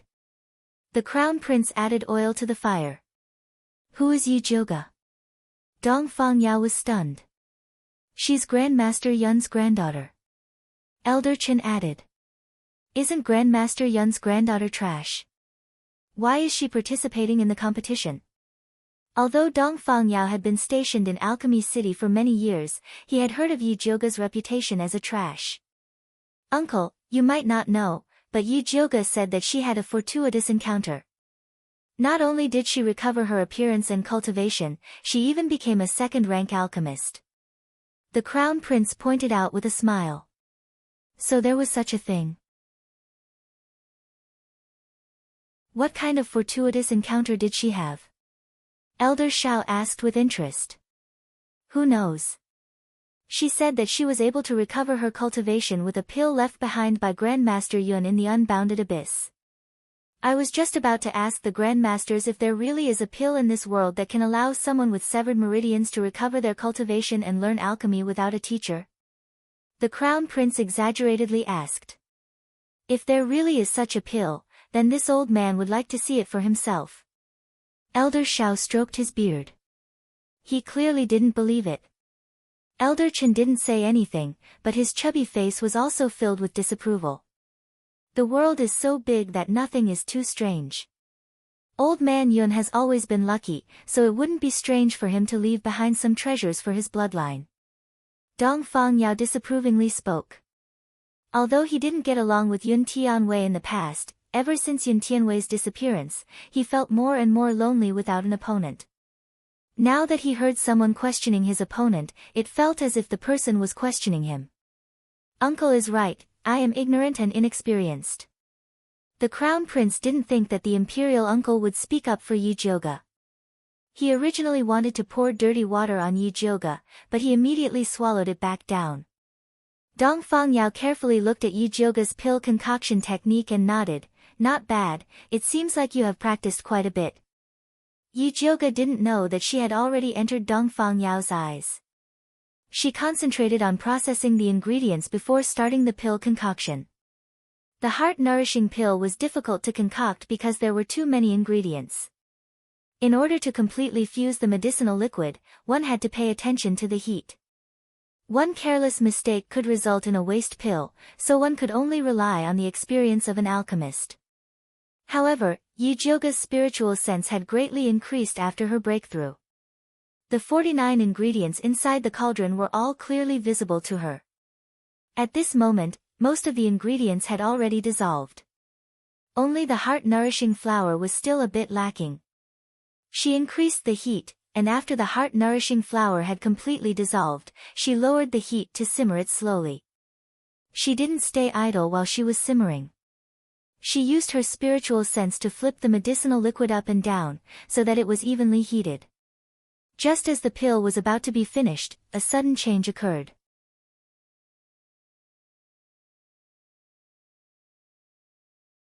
Chapter 153. The originally quiet earth fire suddenly surged, turning into raging flames that spread out. The medicine shelves closest to the furnace were all set on fire. The fire was about to reach Yi Jioga's face. Her fingers moved slightly, and a wisp of white flame quietly drilled into the source of the earth fire, swallowing it in one gulp. Yi Jioga waved her hand and the earth fire that lost its source disappeared, leaving behind a charred furnace. The commotion of the fire was too big. Even Yi Rui realized something was wrong. She ignored the student's obstruction and ran over, asking anxiously, "Big sister, are you okay?" "I'm fine. Why are you here?" "Hurry up and go back to concoct pills," Yi Jioga said. "Big sister, why are you still concocting pills?" Yi Rui was so angry that her face turned red. She shouted at the student, "What are you guys doing? You can't even control the earth fire. What if someone gets burned?" When the people who were concocting pills heard Yi Rui's words, they couldn't help but move away from the earth fire. The heart-nourishing pill was already hard to concoct. Now that they were distracted, they basically became useless pills. They immediately complained about the earth fire. What's going on? Dong Fangyao had already rushed over from the referee's room when the earth fire went out of control. Behind him were Old Chen, Old Xiao, and the Crown Prince. Master, the earth fire went out of control. Li Zijuan's expression was very ugly. The alchemy competition had been held for so many years, but this was the first time such a major mistake had occurred. Everyone else's earth fire is fine. Why did your earth fire go out of control? Did you do something you shouldn't have? The Crown Prince sneered, looking at Yi Jioge with malice. If I knew how to make the earth fire go out of control, I would be the Crown Prince, Yi Jioge said sarcastically. What do you mean by that? Are you saying that the earth fire went out of control because of the Crown Prince? Dong Fangyao asked directly. Uncle, I didn't, the Crown Prince quickly denied. There must be some misunderstanding here. Miss Yi, why don't you come to the referee's room with us? Old Chen saw that the situation was bad and quickly said. No, if there's anything, we'll have to make it clear here. Big sister just changed the alchemy furnace. Is there something wrong with that alchemy furnace? Yi Rui was small in stature, but she was full of vigor. She looked like she wanted to seek justice for her big sister. Yes, someone drilled a hole in that pill furnace. Yi Jioge nodded. She didn't want to say these things, but she was very angry when she lost control of the earth fire. It was one thing for the Crown Prince to tamper with the medicinal herbs and the cauldron, but to think that he even dared to touch the earth fire. If not for her white bone flame being able to devour flames, she might have been injured by this earth fire. Just as everyone was discussing this matter, Dong Fangyao coldly said, the path of alchemy is ever-changing, so accidents are very common. However, as an alchemist, you must abide by your heart. If you don't want to compete, then scram. As soon as he said that, no one dared to say anything else. They all retracted their heads and started to refine their pills again. Even though he had failed to concoct the pill just now, he still had 2 more chances. He couldn't afford to waste them. Fourth sister, Great Master Dongfang is right. If you want to advance on the path of alchemy, you have to get rid of external things. You should also go back. Yi Jioge patted Yi Rui's head. All right. Although Yi Rui was still a little unwilling, she still obediently returned to her alchemy room. Change her alchemy room and prepare 3 more sets of ingredients. Dong Fangyao ordered the disciples behind him. No need. Yi Jioge shook his head. What? You want to withdraw from the competition just because of a little setback? Dong Fangyao looked displeased. With just this little ability, you still have the face to say that you are Great Master Yun's granddaughter. The Crown Prince sneered from the side. I don't want to withdraw from the competition. Yi Jioge said with an innocent face. Then what do you want? Dong Fangyao frowned, thinking that Yi Jioge wanted to take the opportunity to make a rude request. I don't want to do anything. Yi Jioge inexplicably looked at Dong Fangyao and said, my heart-nourishing pill has already been refined. There is no need to prepare another alchemy room and ingredients. Isn't your pill useless? Dong Fangyao's surprised gaze fell on Yi Jioge's alchemy furnace. Who said it was useless? Yi Jioge opened the alchemy furnace that was burnt black. Inside the alchemy furnace lay 3 pink and lustrous pills, exuding a fragrant aura. She had just used her spiritual sense to wrap around the already formed heart-nourishing pill, so the pill was not affected by the out-of-control earth fire. Grade 1 heart-nourishing pill. Dong Fangyao could see the grade of this pill at a glance, and could not help but look at Yi Jioge with a bit of appreciation. Then I can rest now.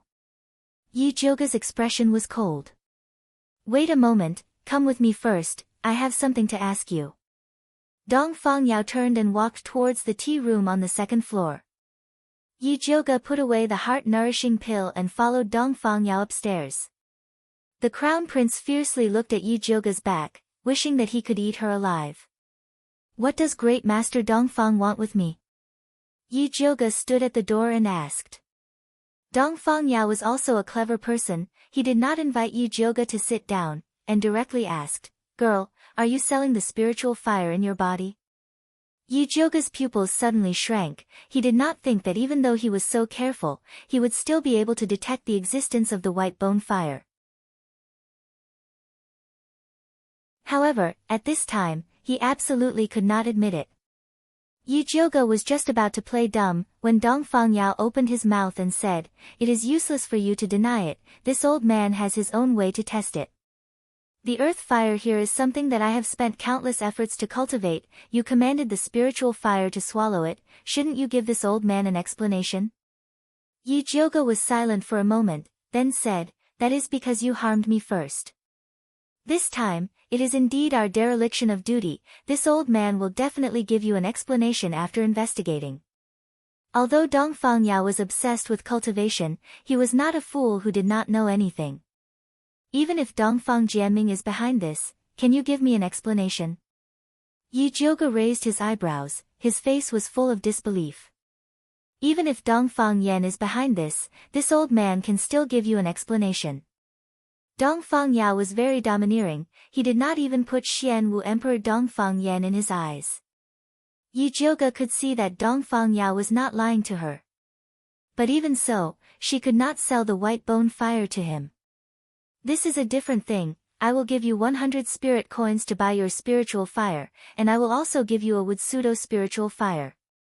If you have any other requests, as long as I can do it, I will agree." Dongfang Yao's price was very reasonable. 1 spirit coin was equivalent to 10,000 gold, but even gold could not be exchanged for spirit coins. Although the wood pseudo-spiritual fire was not a spiritual fire, it was still a very rare flame, and it was very suitable for Yi Jioga's current cultivation. The most important thing was the promise of Dongfang Yao, a rank 5 alchemist of the imperial family. If it was someone else, they would have been tempted, but unfortunately, Yi Jioga could not sell it. He would die if he sold it.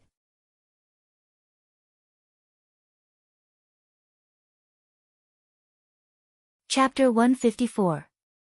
Little girl, this price is already very reasonable. Don't push your luck. Dongfang Yao said with dissatisfaction. "I'm not pushing my luck. I'm not selling." Yi Jioga said plainly. She had already integrated the white bone fire into her dantian. Digging it out was the same as opening a hole in her dantian. "If you don't want to sell, then forget it." Dongfang Yao waved his hand in annoyance.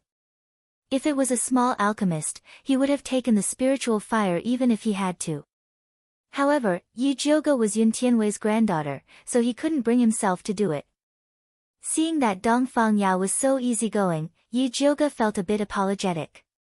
After a moment of hesitation, she said, "Actually, this spiritual fire is useless to you." "What do you mean?" Dongfang Yao asked in confusion. Yi Jioga raised his finger, and a wisp of white flame with a strange and serene aura appeared. The entire room became incomparably gloomy. "Ghost fire? Are you crazy? You actually dared to store the ghost fire in your dantian." Dongfang Yao was shocked and looked at Yi Jioga as if he had seen a ghost. Ghost fire could only be used to refine yin pills, but spirit cultivators needed yang pills. Only evil cultivators and devil cultivators needed yin pills. Currently, there were very few yin pill recipes on the market. Even Dongfang Yao only had a few, so this ghost fire was useless. Yi Jioga smiled and didn't explain. She couldn't tell Dongfang Yao that she had a complete set of yin pill recipes. "Little girl, you look soft, but you're quite brave. You're worthy of being old man Yun's bloodline." Although Dongfang Yao felt that it was crazy for an alchemist to store a ghost fire, he still admired Yi Jioga's courage. "Great Master Dongfang, do you know my grandfather? Do you know where he went before he disappeared?" Yi Jioga immediately asked. "Little girl, don't misunderstand. I'm not familiar with your grandfather." Dongfang Yao snorted arrogantly. "Oh. Yi Jioge immediately became cold. Dong Fang Yao was a bit annoyed by her attitude. He coldly snorted and said, "Old man Yun left too suddenly. I only heard that he went to a secret realm to find some treasure." Treasure? Could her grandfather's disappearance be related to the treasure map? Although Yi Jioge was surprised, his expression did not change. He said calmly, "Thank you for your guidance, Master Dongfang. Little girl, don't learn from old Yun and go searching for treasures. How could there be so many treasures in this world for you to find?" Dongfang Yao muttered. Just as Yi Jioge was getting dizzy from Dongfang Yao's nagging, he heard a knock on the door. Li Zijuan said respectfully, "Master, the competition is over." Dongfang Yao replied in a dignified manner before instructing Yi Jioge, "Take your pills and leave." With that, he got up and left the room. Yi Jioge silently returned to the competition venue. There were a total of 52 participants in the alchemy competition, but only 6 level 2 alchemists succeeded in refining the heart-nourishing pill. The pills refined by the others were all useless. At this moment, the heart-nourishing pills refined by Yi Jioge and the others were lined up in front of the judge. "Yi Jioge's heart-nourishing pill is the best," Dongfang Yao said directly. "Her heart-nourishing pill is not bad, but I feel that Gong Hongyu and Yi Shanshan's pills are better, and their methods are more standard." Elder Shao and Elder Chen had different opinions. "Then Yi Jioge is the best, Gong Hongyu and Yi Shanshan are the best, and the other 3 are good," Dongfang Yao said decisively. Elder Chen and Elder Shao nodded silently. After all, this was only the first round of the competition. There were still 2 more rounds to go. The Crown Prince disagreed, "Uncle, the medicine testing segment hasn't started yet. It's too early to judge now." The medicine testing segment of the Thunder Nation's alchemy competition was to gather people who were willing to test the medicine. When the competition started, they would choose the most suitable patients based on the effects of the medicine. A medicine that could cure an illness was a good medicine, and a medicine that could kill a person was a bad one.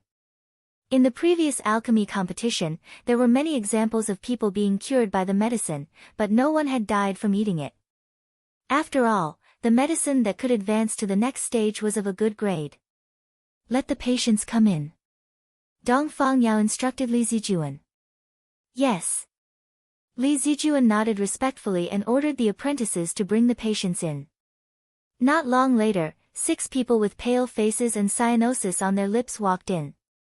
It was obvious that they were patients with serious heart problems. The person in charge of testing the medicine for Yi Jioge was a handsome young man with dark skin and deep facial features. Although he was wearing the most commonly seen narrow sleeves of the Thunder Nation, Yi Jioge was certain that he wasn't from the Thunder Nation. When the other patients saw the medicine, they all revealed expressions of surprise, nervousness, excitement, fear, and worry. Only this young man's eyes were lowered, and he was strangely calm. "Let's start testing the medicine." Li Zijuan instructed the apprentices to help the patients take the heart-nourishing pill. Gong Hongyu's patient was a slender young lady with a beautiful appearance. She clutched her chest and looked like a sickly beauty. After taking the heart-nourishing pill, her pale face gradually became rosy, and her slightly bent body straightened up. She seemed to be in high spirits, and her face was glowing as if she had taken the divine medicine. "Heavens, my illness is completely cured. Thank you, Master, for saving my life." The lady immediately knelt on the ground and began to sob. "From what I see, Gong Hongyu's medicine is the most outstanding." The Crown Prince nodded in satisfaction. Yi Jioge's eyes flashed with a trace of disdain. Although the heart-nourishing pill would have an obvious effect on the patient, this young lady's performance was a little too exaggerated. Either her illness wasn't as serious as it seemed, or she was a healthy person. With the Crown Prince's personality, it was possible that he would do such a thing in order to help Gong Hongyu win. Yi Shanshan didn't know how Yi Shanshan felt when she saw the Crown Prince helping Gong Hongyu. Yi Shanshan's patient was a skinny young man of 17 years old. His thin lips were deep purple, and he seemed to be having difficulty breathing. After taking the heart-nourishing pill, his breathing immediately became smoother. The purple on his lips faded and was replaced by a faint pink. He seemed to be much more energetic. He solemnly kowtowed 3 times to Yi Shanshan, thanking her for saving his life. The other patient's conditions also improved after taking the heart-nourishing pill. However, compared to Gong Hongyu's medicine, they were far inferior. Finally, only the young patient, Yi Jioge, was left. Eat it. The apprentice who helped the young man get the medicine was the one who gave the medicine to Yi Jioge. The young man fixed his eyes on the pill. His slightly dark handsome face revealed a determined expression. He took it and swallowed it. Because Yi Jioge's medicine was rated the best, everyone wanted to see the effect of her medicine.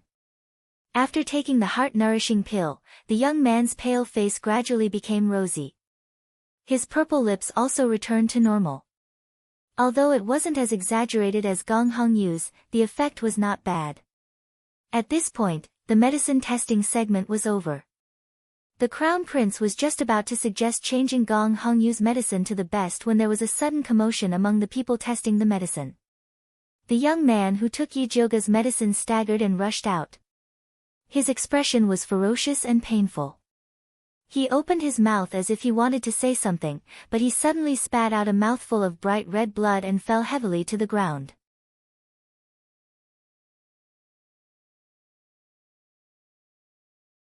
Chapter 155. What's going on? Everyone was shocked. Yi Jioge immediately rushed forward to check the young man's pulse and discovered that his heart meridians were all broken. It was a miracle that he didn't die. She took out the thunder fire needle and sealed his broken heart meridians. She then raised her head and shouted at Li Zijuan, "Prepare a quiet room for me. I want to treat him." Oh! Li Zijuan was about to instruct the apprentices to prepare a room when he was stopped by Gong Hongyu. She pointed at Yi Jioge and shouted, "Yi Jioge, you actually refined a poisonous pill to harm people. You're simply heartless and heartless." After saying that, she turned to look at the judges and said, "I strongly request that the alchemy competition disqualify her." "I agree." The Crown Prince immediately nodded. "Agree, your grandpa." Yi Jioge raised his head and said angrily, "Saving people is more important. Is this the time to talk about this? He was poisoned to death by you and you still have the face to talk about saving people." Gong Hongyu coldly snorted and said to Dong Fangyao, "Grandmaster, Yi Jioge is vicious and merciless. You must not tolerate her." Dong Fangyao picked up Yi Jioge's remaining heart-nourishing pill and sniffed it. He frowned and said, "There's no problem with these pills. Grandmaster, Yi Jioge's tester died in front of you. How can you say that there's no problem?" Gong Hongyu agitatedly said. "Gong Hongyu, you keep saying that there's a problem with my pills. Did you do something?" Yi Jioge saw that he couldn't save people if he didn't clear the pill. He simply stood up and pointed at the tall and thin apprentice and said, "He put the heart-devouring flower in my ingredients." "You must have instructed him." "What heart-devouring flower? I never sent it." The tall and thin apprentice hurriedly shook his head in denial. "If you didn't send these heart-devouring flowers, then did I bring them in myself?" Yi Jioge took out a heart-devouring flower from his pocket and sneered. Li Zijuan took the ingredients from Yi Jioge's hands and carefully looked at them before handing them to Dong Fangyao. "It seems to be heart-devouring flower." Dong Fangyao glanced at it and knew it was heart-devouring flower. Because this flower was too similar to the heart-nourishing flower, he specially told the apprentices to choose carefully. He didn't expect that someone would deliberately put a large amount in. Dong Fangyao knew very well who was behind this. He had wanted to warn the Crown Prince after this round of competition was over, but he couldn't help it now. The Crown Prince didn't know that his uncle was already dissatisfied with him. He said with justice, "I don't know anything about the heart-devouring flower. I only know that your medicine tester died after eating your pill. This is your responsibility. Unfortunately, my medicinal tester is still alive. I fear I will have to disappoint your highness," Yi Jioge said coldly. Although the medicine tester was no different from being dead, she had to save him because of the crown prince's words. Dongfang Yao calmly stepped forward to take the pulse of the youth. He then took out a bottle of third-stage heart-nourishing pills and said to Yi Jioge, "Let him take this." Yi Jioge took it without hesitation and poured it all into the young man's mouth. The young man's deathly pale face finally regained some color. "Imperial uncle, he is just a tester. You actually gave him such a good pill. Isn't it too wasteful?" The crown prince was furious. A third-stage heart-nourishing pill was something that couldn't be bought with money. To actually give it to a dying alchemist, the imperial uncle was really muddle-headed. Because the young man's condition was the most serious, his heart meridian was already extremely weak. He could die at any moment, so the imperial uncle specially gave it to Yi Jioge. He didn't think that the imperial uncle would help Yi Jioge like this. "Shut up." Dongfang Yao raised his head and fiercely said to the crown prince, "Before you came, everything was normal. Now that you've interfered, there are problems everywhere. I can't tolerate a big Buddha like you here. You should go back to Shangjing." "Imperial uncle, what do you mean?" The crown prince was so shocked that his voice trembled. "That's right, great master Dongfang. It was clearly Yi Jioge who made the wrong pill and caused the death. How can you blame the crown prince?" Gong Hongyu was also dissatisfied. She wanted to help the crown prince, but she didn't think that Dongfang Yao was preparing to deal with her. "Gong Hongyu, you are disqualified." Dongfang Yao's eyes were very cold. "Why?" Gong Hongyu screamed. "Because you cheated." Dongfang Yao wasn't blind. He could naturally see that Gong Hongyu's tester was not a patient. If it was any other time, he would turn a blind eye. After all, Gong Hongyu's pills were quite good. But since she was so arrogant, she couldn't blame him for not giving face to the Gong family. Gong Hongyu was so angry that she trembled, but she didn't dare to contradict the angry Dongfang Yao. She fiercely glared at Yi Jioge, then ran out in tears. Elder Chen and Elder Shao looked at each other, not daring to make a sound. The other alchemists also maintained their silence. "The test is over. Let the evaluation begin," Dongfang Yao once again ordered. Although Yi Jioge's tester did not die, her evaluation still became the lowest. The other 3 second-stage alchemists were still good, so the best result was Yi Shanshan. Yi Jioge didn't care about this result. He only asked Li Zijuan to help send the tester to his Flying Frost Pavilion. Li Zijuan did as Dongfang Yao said. In the Rising Heaven Pavilion, the crown prince's face was as ugly as a dark cloud. Once he returned to his courtyard, he immediately called Su Junqing over and scolded him. "Didn't you say that if we followed your plan, we would definitely be able to pull Yi Jioge down? How come she not only won the competition, but also caused me to be despised by imperial uncle?" When he thought that his imperial uncle would tell this matter to his imperial father, his entire body froze from the top of his head to the bottom of his feet. "Your Highness, please calm down. I didn't expect things to turn out this way." Su Junqing had set up layers of traps to push Yi Jioge and Wan Xiang into the land of 10,000 calamity. He didn't expect that Yi Jioge not only didn't fall for his trap, but also hit the crown prince. "I don't care what method you use, I will kill Yi Jioge," the crown prince said angrily. "Don't worry, crown prince. Even if Yi Jioge wins the pill refining competition, she won't be able to escape from our palms," Su Junqing said confidently. "You say that every time, but when can you do it well? I really don't know why Imperial Mother sent you here. You're simply trash," the crown prince roared at Su Junqing. A sinister light flashed in Su Junqing's eyes, but he quickly returned to his original state. He smiled and looked at the crown prince's eyes. He said gently, "There must be a reason why the Empress sent me to assist your Highness.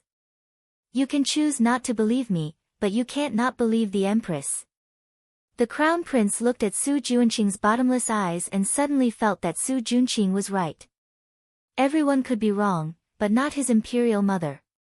"Then I'll believe you once more." The Crown Prince said unwillingly. Yes, Your Highness, please do as I say. Su Junqing said his next step of the plan. The Crown Prince was shocked after hearing it.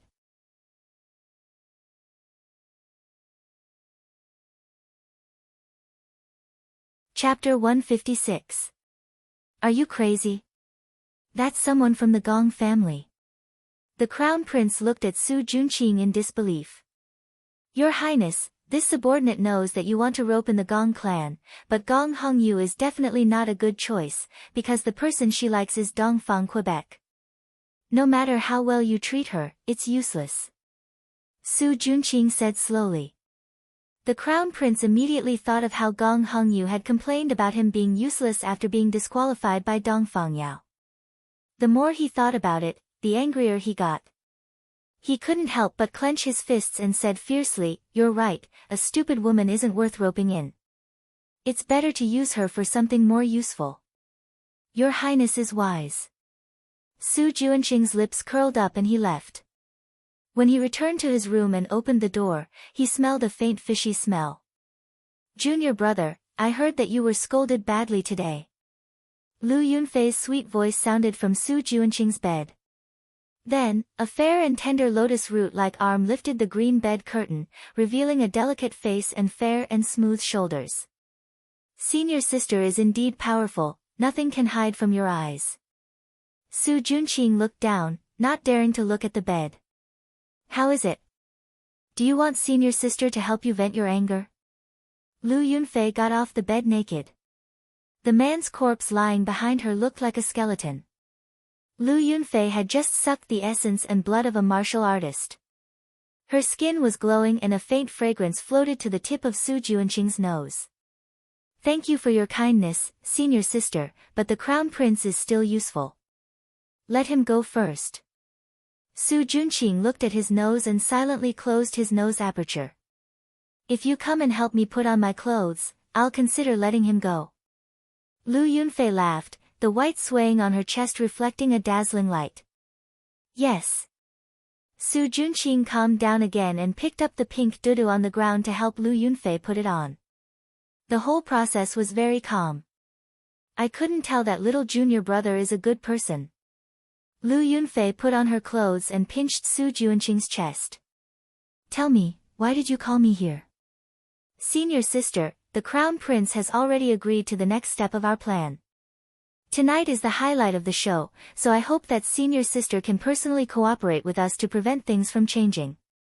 Su Junqing specially brought a man with a high cultivation as a sacrifice and called Lu Yunfei back, hoping that she would personally deal with Yi Jioga. Don't worry, since I've taken your benefits, I'll naturally do my best to help you. Lu Yunfei frivolously patted Su Junqing's face and smiled very charmingly. For the past few days, she had been playing with the shadow assassin, Yi Yu. Originally, he wanted to push him down tonight and reap the fruits of victory. However, the sacrificial offering just now was still to her liking. She was very full now, so she decided to pick the night feather later. Thank you, senior sister. Su Junqing had a grateful expression, but in his heart, he was very dissatisfied. This wasn't his mission alone, but Lu Yunfei looked like she was here to help. However, no matter how dissatisfied he was, he did not dare to make a sound. If he failed this mission, Lu Yunfei would at most be confined and punished by the elder ancestor, but he would not be able to escape death. Alright, I'll go meet that prey now. Lu Yunfei stuck out her pink tongue and licked her lips, muttering to herself, although that woman's temper is a bit bad, her skin is not bad. With that, her figure disappeared like a ghost. Su Junqing silently destroyed the dried corpse on the bed and tidied up the messy room. Then, he opened the window and looked towards the west direction of the Flying Frost sect, laughing coldly in his heart, Yi Jioga, tonight will be the day of your death. At this moment, Yi Jioga was in the backyard of the Flying Frost sect treating the youth who was testing the medicine. Although the youth had already taken the bottle of rank 3 heart-nourishing pills from Dongfang Yao, his condition was still very bad. His broken heart meridian was in a mess, his blood was flowing in the opposite direction, and he was in danger of dying at any moment. If she wanted to save him, she had to use external force to smooth out his heart meridian, allowing his blood to circulate normally. If Yi Jioga did not advance, she was afraid that she would be helpless. She pinched her fingers and inserted the thunder fire needle into the youth's body, and began to use all her strength to repair his heart meridian. Ever since Yi Jioga's cultivation advanced, not only did the spiritual power in her body double, her control over the lightning fire needle also became more sensitive. Under her control, the purplish-red lightning fire needle turned into a stream of light, repairing the youth's heart meridian one by one. Time flew. When she finished repairing the last one, her entire body was about to collapse. But fortunately, the heart meridian was repaired perfectly. After the youth's blood returned to the right path, his breathing became incomparably stable, and his tightly knitted brows also relaxed. Yi Jioga estimated that he would probably need another 4 hours before he would wake up, so she left the room. Yi Rui was anxiously waiting outside. Upon seeing her, she immediately asked, "Big sister, just what happened? Who is that man?" After she lost the first round of the competition, she was cleared out, so she did not know what happened afterwards. Just now, when she saw Yi Jioga bringing a dying man back, she was really scared to death. "He is my medicine tester today." Yi Jioga told her what happened in the competition. After Yi Rui heard that Gong Hongyu was disqualified and the crown prince was chased back to the capital, she immediately jumped up in joy and shouted, "This good news must be properly celebrated. Let's celebrate then." Yi Jioga saw that the crown prince and Gong Hongyu were out of luck, so she was also very happy. "Qing Hu, Qing Lu, Yu Dai, Hua Dai, take some money to the small kitchen and have them make a few more dishes. Tonight, we will have a big meal," Yi Rui excitedly said. "Yes." Qing Hu, Qing Lu, and Yu Dai all responded. "Where is Hua Dai?" Yi Jioga glanced around and found that a little maid was missing. Hua Dai heard that there is a pastry shop in Alchemy City that makes very authentic hawthorn cakes, so she wanted to buy them for Big Miss to try. Looking at the time, they should be back soon, Yu Dai quickly said. Yi Jioga couldn't help but frown and said, "These days are not peaceful, don't go out too much in the future." This time, the crown prince suffered such a big loss, so he was afraid that he would not be satisfied and randomly bite people. "Yes, this servant understands." Yu Dai and the others quickly nodded. Qing Hu took the money to the small kitchen and came back to report, "Big Miss, official one has come to visit and is waiting in the front hall." Although Wan Xiang and Yi Jioga were very familiar, there was a difference between men and women, so visiting etiquette was still necessary. "Tell him to wait for a moment. I will go down after I change my clothes." Yi Jioga's body was filled with the smell of medicine. "Yes." Qing Hu bowed and went down. Yi Jioga changed his clothes and came to the front hall to see Wan Xiang sitting on a chair with a frown. "Big brother Wan, is there something troubling you?" Yi Jioga curiously asked. "This time, I came to tell you something." Wan Xiang brought bad news to Yi Jioga.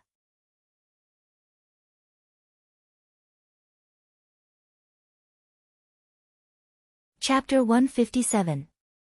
When Bai Songling was escorting Yi Jioga, she noticed that many spiritualists who came to participate in the alchemy competition had gone missing. There were more than a dozen of them, and Bai Songling suspected that they were captured by the Bloodlust sect. The Bloodlust sect dares to attack spiritualists so brazenly. How audacious! Yi Jioga frowned. In the past, the Bloodlust sect only dared to capture ordinary people to train. Even if they wanted to deal with spiritualists, they had to do it in secret. Now, they had captured more than a dozen spiritualists. That was insane. Songling has already reported this to the Spiritualist Alliance. They're going to send someone to investigate. Wan Xiang was also shocked by the evil cultivator's generosity. A dozen spiritualists was not a small number. They had to report it to the Spiritualist Alliance. Otherwise, the Spiritualist Alliance might even blame them for hiding the truth. Do you know who they'll send? Yi Jioga was worried that the Spiritualist Alliance would send an arrogant idiot who would drag them down. I'm not sure. Wan Xiang shook his head. His network wasn't strong enough to infiltrate the Spiritualist Alliance. But don't worry, the Thunder Nation is still our territory. The Spiritualist Alliance is mainly here to investigate. We just need to stabilize ourselves. Wan Xiang had been in the Alliance before and knew how slow they were. However, as long as the Spiritualist Alliance decided that the Bloodlust sect was a scourge, they would issue a kill order and all spiritualists would hunt them down. This was the most important thing. Yi Jioge was confident in Wan Xiang's judgment. This is still a secret. Don't tell anyone else in case they panic. Wan Xiang warned. Don't worry, I know the severity. Oh right, where's Yi? Why hasn't he come to find me? Yi Jioge hadn't seen Yi in 3 days. It was strange. Yi found Lu Yunfei outside the city and is looking for her. Wan Xiang said. Tell him to be careful. Yi Jioge told Wan Xiang about the evil cultivator's aura last night. Don't worry, I'll keep an eye on the Crown Prince. Wan Xiang didn't dare to relax. There's no need to keep an eye on him. The Crown Prince is preparing to scram back to Shangjing. Yi Jioge told him about the competition again. Wan Xiang was shocked, but he quickly smiled. I believe that once this news spreads, it will be very difficult to keep the position of the Crown Prince. No one knew better than him how much importance the Emperor placed on this alchemy competition. Not only did the Crown Prince not do his job properly, but he also abused his power to disrupt the competition and made a mess. If the Emperor knew about this, he would definitely be furious. Originally, after the news of Dongfang K's recovery had spread, the ministers had always wanted to change the position of the Crown Prince. Now that the Crown Prince had handed himself over, it was really frighteningly stupid. Logically speaking, the Crown Prince shouldn't be so stupid. Based on Yi Jioge's understanding of the Crown Prince, no matter how much he hated him, he wouldn't joke about the competition. The Crown Prince's recent actions are indeed somewhat abnormal, Wan Xiang thought for a moment, then said hesitantly, could he have also fallen for Su Juanqing's bewitching spell? It's possible, then it's really a dog-biting dog, a mouthful of fur, Yi Jioge said with schadenfreude. Su Juanqing never does useless things, you must not let your guard down. Look after the people around you, in case they are used by him. Although Wan Xiang had never met Su Juanqing face to face, he knew that his bewitching spell was very powerful. When Yi Jioge heard this, his heart jumped, and he hurriedly called Yu Dai in. Is Hua Dai back yet? Not yet. Yu Dai also had an anxious expression. Hua Dai had left early in the morning. No matter how slow she was, she should have returned by now. Big brother Wan, I have a personal servant girl who went out this morning and hasn't returned yet. Can I trouble you to help me look for her? Yi Jioge had a very bad feeling. Okay, I'll send someone to look for her now. Wan Xiang immediately ordered his subordinates to investigate the pastry shop where Hua Dai had bought hawthorn cakes from. Unfortunately, Wan Xiang's subordinates had led the soldiers to the street where the pastry shop was located, but no one had seen Hua Dai. It was very obvious that this little servant girl had gone missing. When Yu Dai heard this news, she immediately burst into tears. She kept muttering that it would have been better if she had stopped Hua Dai from going out. Qing Hu and Qing Lu were also very anxious. Yi Rui's mood was even worse. Her hands were clenched so tightly that they were about to become 2 fried dough twists. Hua Dai's disappearance made her recall the days in the Black Cellar. The girls who were tortured and killed by the heretic cultivator were all of the same age as Hua Dai. Yi Jioge was the calmest out of all of them. As she comforted Yi Rui's emotions, she ordered Wan Xiang to continue his search. If she's alive, I want to see her. If she's dead, I want to see her corpse. I don't believe that she would disappear in Alchemy City all by herself, Yi Jioge said fiercely. Don't worry, I will definitely get to the bottom of this, Wan Xiang nodded. In the dead of night, the alchemy tower was completely silent. A cold breeze blew past, scattering frost on the floor. Yi Jioge was not in the mood to cultivate. She laid on the bed, tossing and turning, unable to sleep. The news of Hua Dai's disappearance was like a stone pressing on her chest. She had always been searching for the heretic cultivator, but in the end, the heretic cultivator took away her personal servant. To her, this was simply a provocation. At this moment, a strange aura floated in from the window. Yijioga opened her eyes and silently sat up. She opened her spiritual eye to look outside the window. She saw a faint purple light coming in from the window. It was a purple scorpion the size of a fist. It was swaggering around the room. Yijioga lifted the curtains to take a closer look. She discovered that there was a small golden earring tied to the scorpion's body. It even had the word flower written on it. She immediately knew that this purple scorpion was related to Hua Dai's disappearance. The purple scorpion felt Yijioga's gaze. It suddenly raised its tail and shot a faint purple poison needle towards Yijioga. Yijioga raised her hand to deflect the poison needle. A purple light shrouded the purple scorpion. The purple scorpion saw that the situation was not good. It immediately turned and ran. Its speed was as fast as lightning. Yijioga did not have time to think and subconsciously chased after it. After the purple scorpion left the alchemy tower, it made a few turns before arriving at a rocky hill in the outskirts. Then, its figure flashed and it entered the tallest pile of rocks. Yijioga stopped in her tracks. She activated her spiritual energy and shot a purple lightning at the pile of rocks. With a boom, the pile of rocks flew in all directions. It revealed a black hole in the ground. The night wind blew past. A thick smell of blood floated in from the hole. Yijioga's heart immediately jumped to her throat. She walked step by step to the hole. The white bone flame appeared from her fingers and lit up the hole. She looked carefully. Her eyes instantly widened and she could not help but suck in a breath of cold air.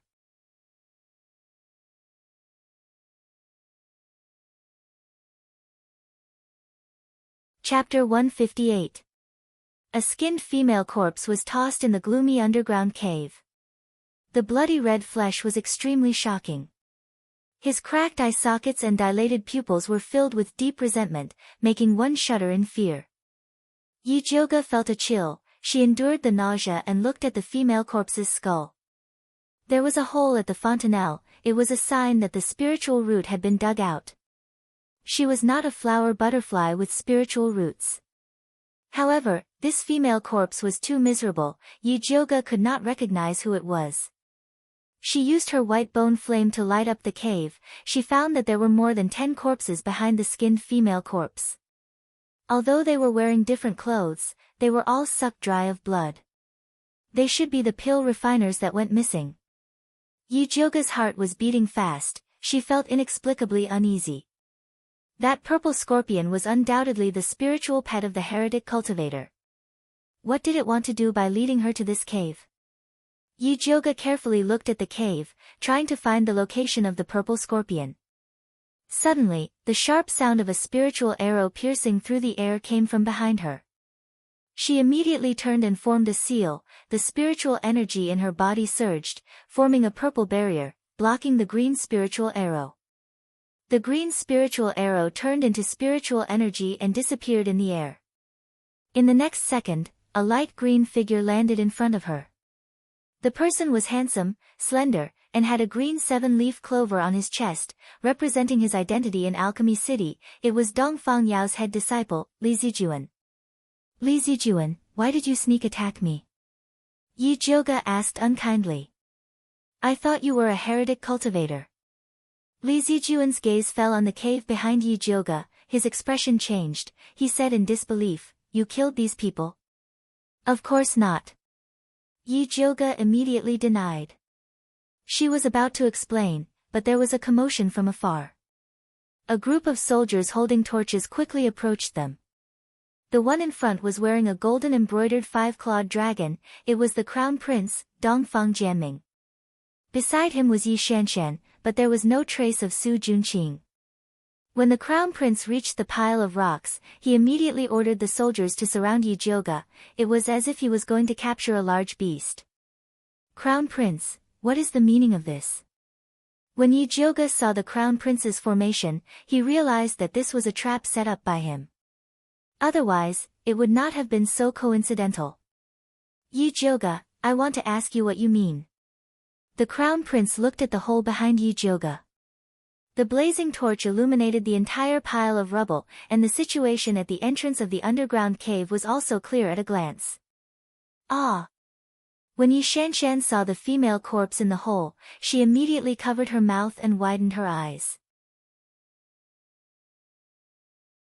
She was so scared that her face turned pale. Third Miss Gong. The crown prince cried out before viciously looking at Yi Jioga and saying, "You deranged woman, you actually dared to act so viciously against third Miss Gong. How do you know that this female corpse is third Miss Gong?" Yi Jioga raised his eyebrows. "I found a letter in third Miss Gong's room. The letter said that you used the law to restore her qualification and let her come to the pile of rocks alone. I didn't expect you to lead her to death." The crown prince was so distressed that he couldn't even continue to speak. "I didn't send a letter to third Miss Gong. It was because my personal maid, Hua Dai, was kidnapped. A purple scorpion with her earring led me here, which was why I found these corpses." Yi Jioga explained. "Yi Jioga, you still dare to quibble at this point? Your maid, Hua Dai, wasn't kidnapped.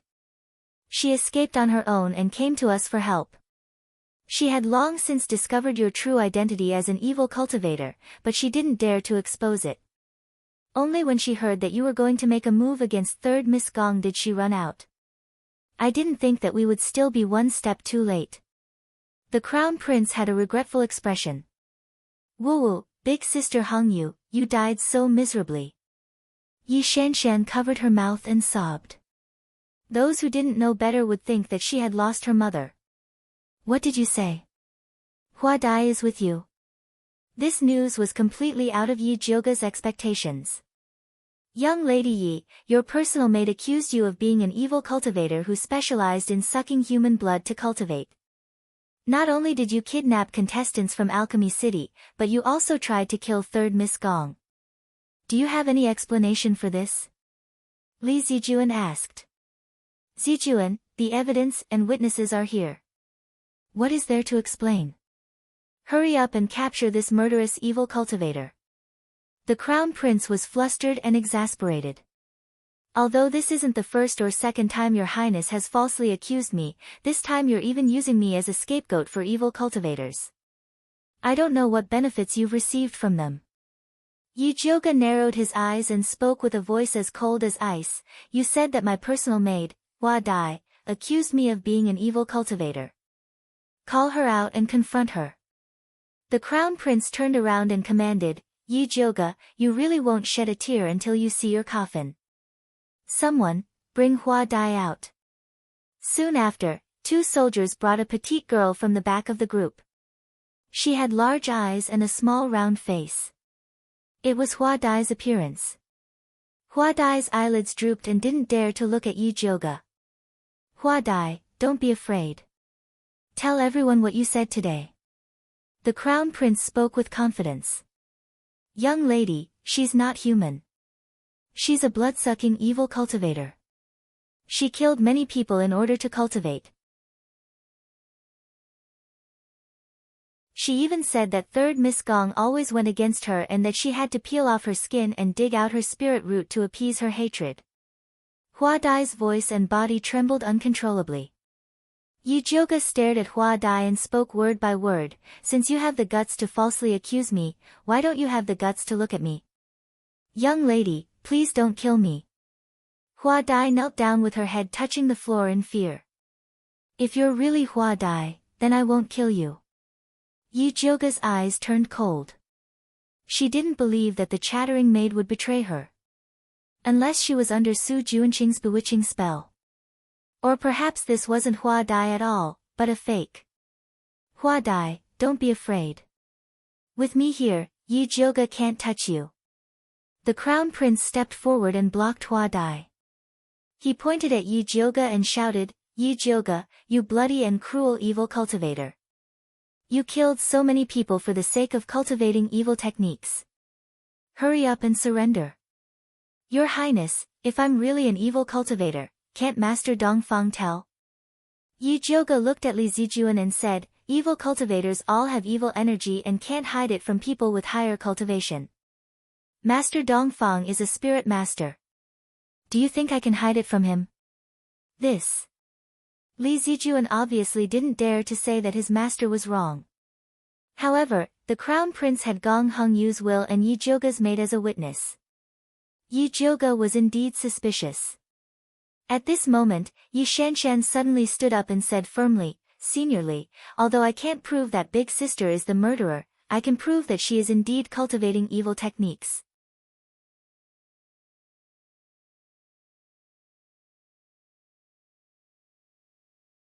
Chapter 159. Li Zijuan probably didn't expect Yi Shanshan to testify against her sister. He was stunned for a moment before asking, "What evidence does second Miss Yi have?" "Senior brother Li, everyone in Shangjing knows that my big sister was seriously ill in the past. Her meridians were all broken and she couldn't cultivate. She was ugly and dull. But some time ago, she suddenly said that she had a fortuitous encounter in the abyss. Not only did her meridians recover, but her cultivation also skyrocketed. In just 3 months, she became a level 2 spirit pill master. Even her appearance became extremely beautiful. Other than cultivating evil arts, I can't think of any other fortuitous encounter that could make her change so much." Yi Shanshan said word by word. It could be seen that she had prepared these words in her mind before saying them. It had to be said that her words were very convincing. Even Li Zijuan felt that it was very plausible. He couldn't help but frown. His gaze fell on Yi Jioga's face. 3 years ago, because he admired Master Yun, he had met Yi Jioga in private. At that time, Yi Jioga was indeed ugly. She was timid and couldn't even speak clearly. But the Yi Jioga in front of him was so beautiful, like a snow lotus blooming in the dark night. Even if she was surrounded and attacked, her limpid eyes were still so firm, revealing a proud and peerless sharpness. She was indeed a different person from before. Second sister's words are indeed reasonable. But if I really was an evil cultivator, the first person I would kill would be you. Although your blood must be unbearably stinky, it's not bad to feed it to the dogs." Yi Jioga's beautiful eyes were as clear as water, but the light that flashed through them was extremely cold, like an abyss that made people's hearts tremble. Yi Shanshan was creeped out by Yi Jioga's gaze and immediately hid behind the crown prince. "Yi Jioga, you still don't know how to repent. How dare you threaten Shanshan in front of me? Do you really think that you can cover the sky with one hand?" The crown prince immediately stood up. "I'm innocent. Why should I repent? The one who wants to cover the sky with one hand is you." Yi Jioga sneered. "You." The crown prince was so angry that his face turned red, but he knew that he was no match for Yi Jioga in a verbal battle, so he turned to Li Zijuan and said, "Zijuan, both the witness and the material evidence are here. Yi Jioga is the murderer. We must immediately put her in prison, otherwise it will be difficult to explain to the Gong family." Previously, the crown prince was disliked by Dongfang Yao, so he wanted to curry favor with Li Zijuan. Otherwise, he would have already ordered for Yi Jioga to be captured. When Li Zijuan thought of the Gong family, he couldn't help but have a headache. Although Gong Hongyu was only the daughter of a branch family, she was still a member of the Gong family. She came to participate in the Thunder Country's alchemy competition, but in the end, she died a tragic death in Alchemy City. No matter what, Alchemy City couldn't be separated from this matter. They had to give them an explanation. Li Zijuan sighed and said to Yi Jioga, "Miss Yi, now that we have the witness and the material evidence, you are the biggest suspect. Please cooperate with the investigation. If you are really innocent, we will definitely give you an explanation." Yi Jioga's thoughts raced. She knew that it was impossible for her to escape from this situation. Since Li Zijuan's attitude was quite good, she might as well give him some face and go with him. She glanced at the shivering Hua Dai hiding behind the soldiers before speaking to Li Zijuan. I can go with you, but Hua Dai cannot be left with the crown prince. Hand her over to Wan Xiang. No. The crown prince immediately objected. Who doesn't know that Wan Xiang has an affair with you? How can Hua Dai be left alive in his hands?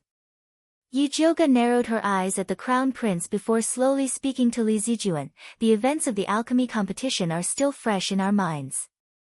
You should be well aware of the crown prince's character. I don't trust someone like him to investigate the heretical cultivators. Who knows if he has an affair with them or not? Bullshit. How could I have anything to do with heretical cultivators?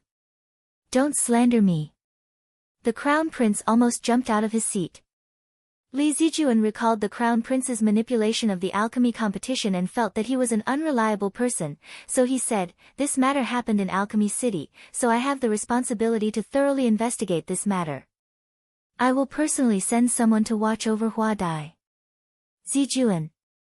The crown prince shouted, but after seeing Li Zijuan's determined expression, he could only shut his mouth. Then you have to keep an eye on Hua Dai. Otherwise, after she is killed, they will blame it on me. Yi Jiuge glanced at the crown prince with a clear hint of meaning. Of course. Li Zijuan nodded. He had his people watch over Hua Dai before speaking to Yi Jiuge. Let's go. What about the corpses? Yi Jiuge didn't move. I will send someone to deal with them later. Li Zijuan's expression was calm. It was clear that he wasn't going to do this himself. Yi Jiuge frowned. These corpses were killed by a heretical cultivator, so there must be many clues left on them. It would be inappropriate to deal with them rashly. I suggest that you find a professional coroner or spirit doctor to take a look. You're right. Li Zijuan had a whole new level of respect for Yi Jiuge. A normal person would be confused in her situation, but her thoughts were clear. She didn't seem like a murderer at all.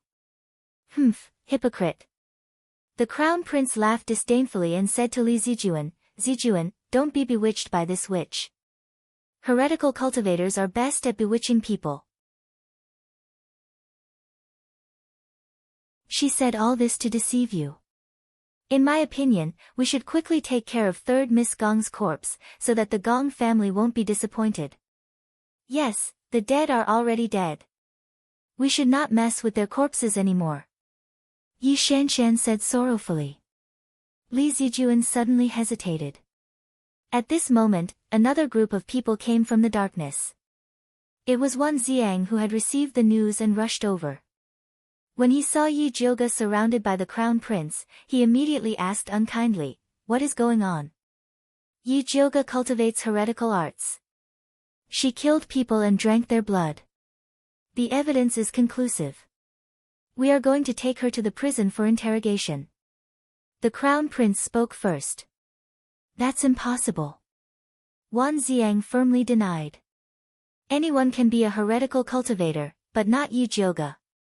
How do you know it's impossible? Are you the real murderer? The crown prince's attitude was aggressive. Just as Wan Xiang was about to argue, he was interrupted by Yi Jiuge. Big brother Wan, His Highness the Crown Prince is determined to falsely accuse me. No matter what you say to him, it's useless. It's better to quickly find evidence to prove my innocence.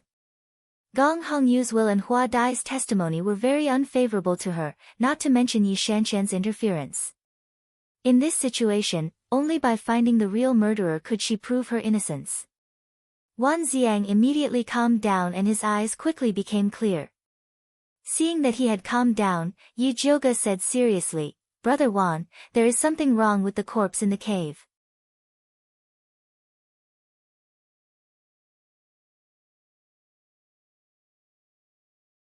Chapter 160.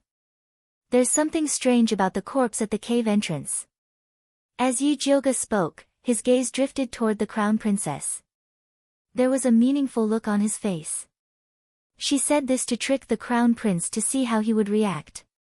As expected, the crown prince's eyes flickered. Previously, When Su Junqing told him that he wanted to use Gong Hengyu to deal with Yi Jioge, he did not know that this matter was related to the evil cultivator. To be honest, he was also scared when he saw so many corpses at the entrance of the cave. But now that he was riding a tiger, it was hard to get off. He could only brace himself to the end and kill Yi Jioge first. In any case, he wouldn't let Wan Xiang and the others off. It didn't matter even if they discovered something. The crown prince calmed himself down and said to Li Zijuan, leave the corpses to Lord Wan to deal with. We should hurry up and bring Yi Jioge back in case something goes wrong again. Li Zijuan couldn't help but look at Yi Jioge. Yi Jioge calmly said, I still have 2 things to tell Brother Wan. I'll leave after that. No. The crown prince strongly objected. All right. Li Zijuan nodded in agreement. Speak. Wan Xiang walked to Yi Jioge's side. The first thing. Yi Jioge told her the reason why he appeared at the pile of rocks tonight, and used the purple scorpion to vaguely mention the butterfly's abnormality. The second thing. She hoped that Wan Xiang could send someone to protect Yi Rui and Yu Dai. The crown prince and the heretic cultivators of the bloodthirsty sect had set up this trap to drag her into it. She was afraid that the people around her would be killed. I've already sent people to the Flying Frost Pavilion. The moment Wan Xiang found out that something had happened to Yi Jioge, he immediately sent his elite troops to protect Yi Rui and the others. Thank you. Yi Jioge heaved a sigh of relief. He knew that Wan Xiang was reliable. Who would have thought that Wan Xiang would reveal a look of hesitation? Yi Jioge's heart immediately jumped and he quickly asked, what's wrong? Did something happen? It's not a big deal. It's just that your medicine tester has disappeared. I've sent people to look for him, but they couldn't find any trace of him. Although Wan Xiang felt that the tester was not that important, he still had to mention it. So be it, Yi Jioge said disapprovingly. In any case, she had only saved the tester out of morality. I don't think it's gone, but you ate it. The crown prince said maliciously, at that time, I was wondering why you would be so kind as to use the elixir to save someone. So it was to use him for cultivation. Your Highness the crown prince, please be careful with your words before finding out the truth. Otherwise, it would be bad if the emperor heard about it. Wan Xiang looked at the crown prince with a sharp gaze. Wan Xiang, are you threatening me? The crown prince raged. I'm just speaking the truth. Wan Xiang had never put the crown prince in his eyes before, and now he wouldn't be polite to him. Wan Xiang, how dare you insult the imperial family? Do you really think that I don't dare to punish you? The crown prince's face was red with anger. He was about to order the arrest of Wan Xiang, but was stopped by Li Zijuan, Your Highness, please calm down. The most important thing now is to investigate the case of the evil cultivator. Li Zijuan's words were meant to smooth things over, but in the crown prince's ears, it was as if his face was nothing. Yi Jioge coldly added, Big brother Wan, senior brother Li is right. The most important thing now is to investigate the evil cultivator. If a mad dog wants to bark, let it be. The crown prince's expression was frighteningly gloomy. He clenched his fists so tightly that his nails pierced into his flesh. When he sits on the throne, he will definitely make these damned fellows look good. Li Zijuan didn't notice the crown prince's abnormality. He helplessly said to Yi Jioge, Miss Yi, since you've finished explaining, let's go. Okay. Yi Jioge cooperated and left with Li Zijuan. Wan Xiang stood in place and silently watched Yi Jioge leave. He saw her slender figure surrounded by a group of soldiers. It was very eye-catching, revealing a feeling of desolation. Yi Jioge was so strong, nothing would happen to her. Wan Xiang took a deep breath and quickly calmed his mind. He took his people to the entrance of the cave. He looked through the pile of rocks, but unfortunately, he didn't find the purple scorpion that Yi Jioge mentioned. But this was also within his expectations, so he wasn't discouraged. He continued to look through the corpses in the cave. These spirit practitioners' corpses had all been dug out. But apart from Gong Hongyu, who had been skinned, the other corpses had all their cultivation blood sucked dry. Gong Hongyu's corpse was very fresh. The wall beside her had spots of bright red blood, as if it had been splashed not too long ago. These spots of blood were very orderly, and it seemed that the deceased didn't have any signs of struggle. Wan Ziang deduced that Gong Hongyu was very likely killed elsewhere before being brought here to be skinned. As for the corpses that had their cultivation blood sucked dry, the stiffness of their muscles was different, and the time of death was also different. Wan Ziang carefully searched for a long time. Finally, he found a thin layer of red clay on the soles of these corpses. Gong Hongyu's soles also had it, which meant that they had been to the same place. As long as he found the source of this red clay, he would be able to find the place where they died. In order to confirm his guess, Wan Ziang decided to go out of the city and investigate. But before he left the city, he wrote all the information he found on a letter and gave it to Li Zijuan, asking him to pass it to Yi Zhuge.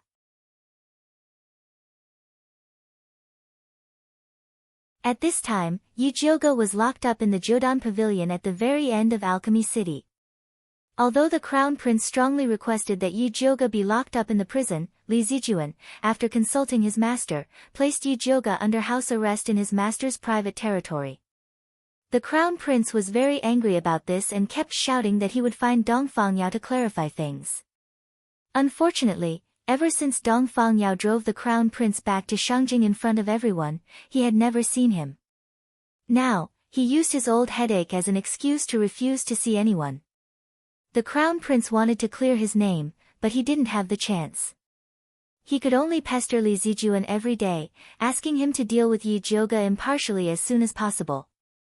Li Zijuan was about to vomit blood from the Crown Prince's pestering. Recently, a series of bad events had happened in Alchemy City.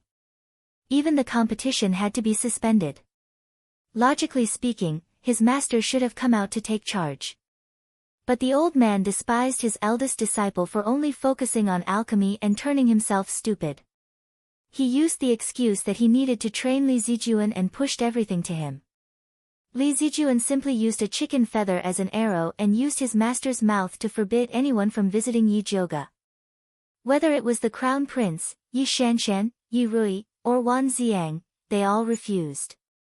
Wan Ziang had to spend quite a bit of effort before Li Zijuan agreed to help him pass the letter.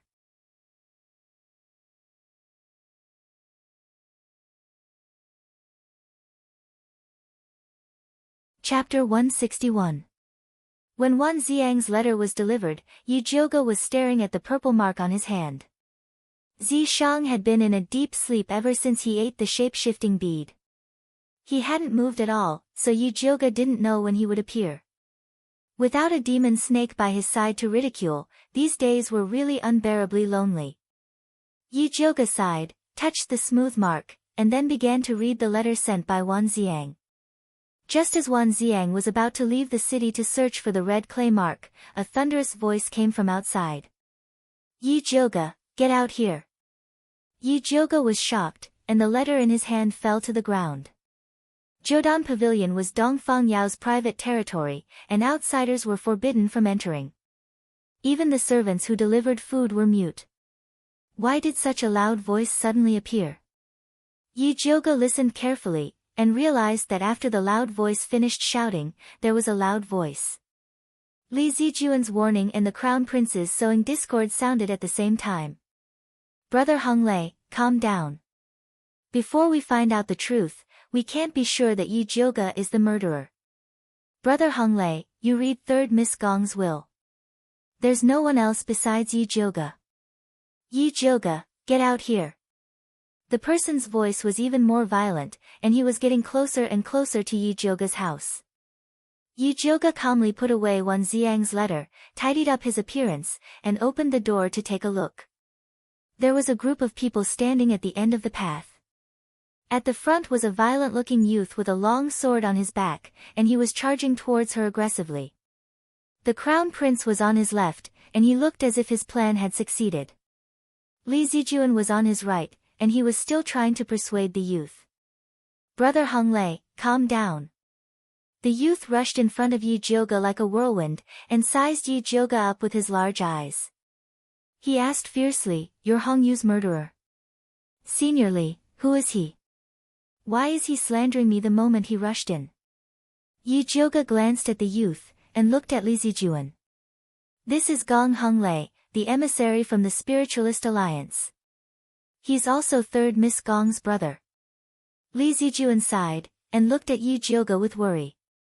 Master's banner could stop the crown prince, but it couldn't stop the alliance's emissary who wanted to avenge his sister. "Humph," Yi Jioga snorted coldly. Her beautiful eyes flickered with a sharp light as she looked Gong Honglei up and down rudely and said disdainfully, "It seems that the emissary of the Spiritualist Alliance is only SOSO. What do you mean?" Gong Honglei's eyes widened. He looked like he was going to draw his sword at any moment. "The Alliance sent you to investigate the evil cultivator murder, but you abused your power to punish me. Is this how the Spiritualist Alliance does things?" Yi Jioga's voice wasn't loud, but it was filled with pressure. It made Gong Honglei speechless. Seeing that the situation was bad, the crown prince immediately jumped out and said, "Yi Jioga, you killed someone else's little sister and still dare to say such words. You're going too far."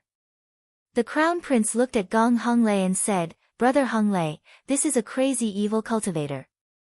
You'd better kill her quickly to avenge your sister." "Dongfang Jianming, you keep saying that I killed Gong Hongyu. Did you see me kill her with your own eyes? Or did you see me suck human blood to practice evil arts?" Yi Jioga interrupted the crown prince's words and shouted, "Don't use the suicide note to talk to that girl, Hua Dai.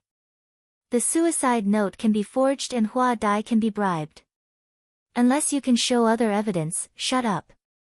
"Yi Jioga, this evidence is enough. It's useless for you to quibble. There's no one else but you." The crown prince insisted. "I haven't gone out since I came to Alchemy City from Shangjing. May I ask where I got the time to kidnap people and kill people?" Yi Jioga was not afraid of the crown prince at all. "You don't have time, but your accomplices do. Bai Songling has been loitering outside Alchemy City. Wan Xiang has also left the city. Maybe he's preparing to escape because his plan has been exposed." A cold light flashed in the crown prince's eyes. He wanted to catch Wan Xiang and Bai Songling in one fell swoop. "According to what you're saying, pharmacist Dongfang and senior brotherly placed me here are also evil cultivators." Yi Jioga raised his eyebrows and looked at Gong Honglei. "The crown prince has been bewitched. Other than him, the others are evil cultivators. I advise you to find more people from the alliance to catch them. You're twisting words and forcing logic." The crown prince raised his voice. Before Yi Jioga could reply, Gong Honglei had already shouted, "All of you, shut up." He was dizzy from the noise. The thought of rushing in to kill Yi Jioga to avenge his sister had inexplicably disappeared. Gong Honglei was sent by the alliance as an emissary. Naturally, he wasn't an incompetent person. It was just that he was too excited after seeing his sister's tragic death that he was provoked by the crown prince.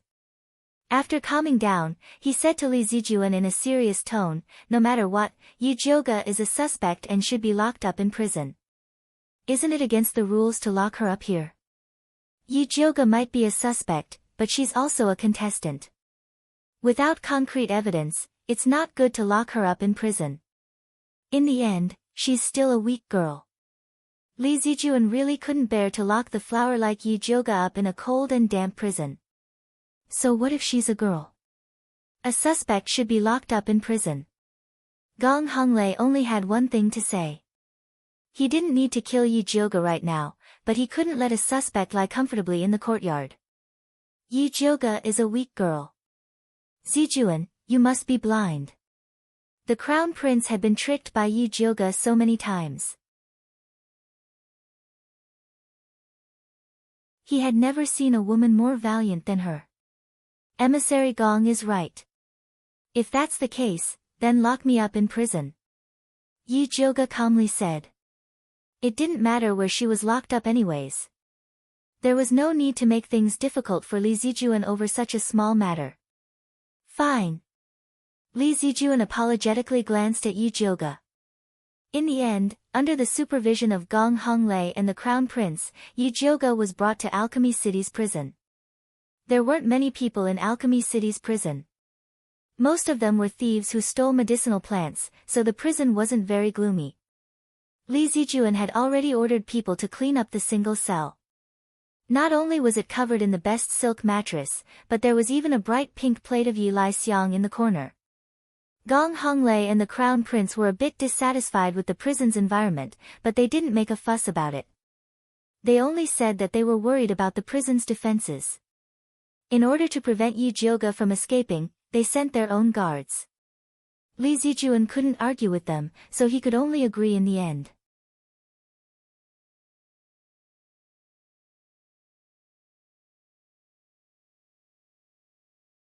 Chapter 162.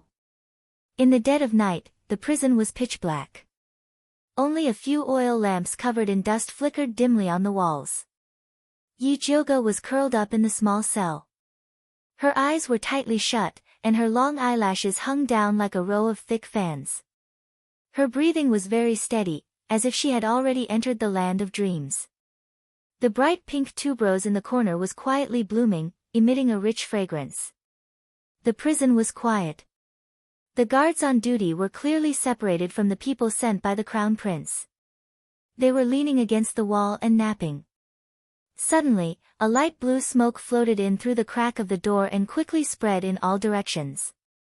The guard who was napping went limp and fell to the ground. The others also fell to the ground like dumplings. The iron door of the prison creaked open. 5 black-clothed people nimbly entered the prison. After taking the key from the guard, they went straight to the small cell Yi Jioge was in.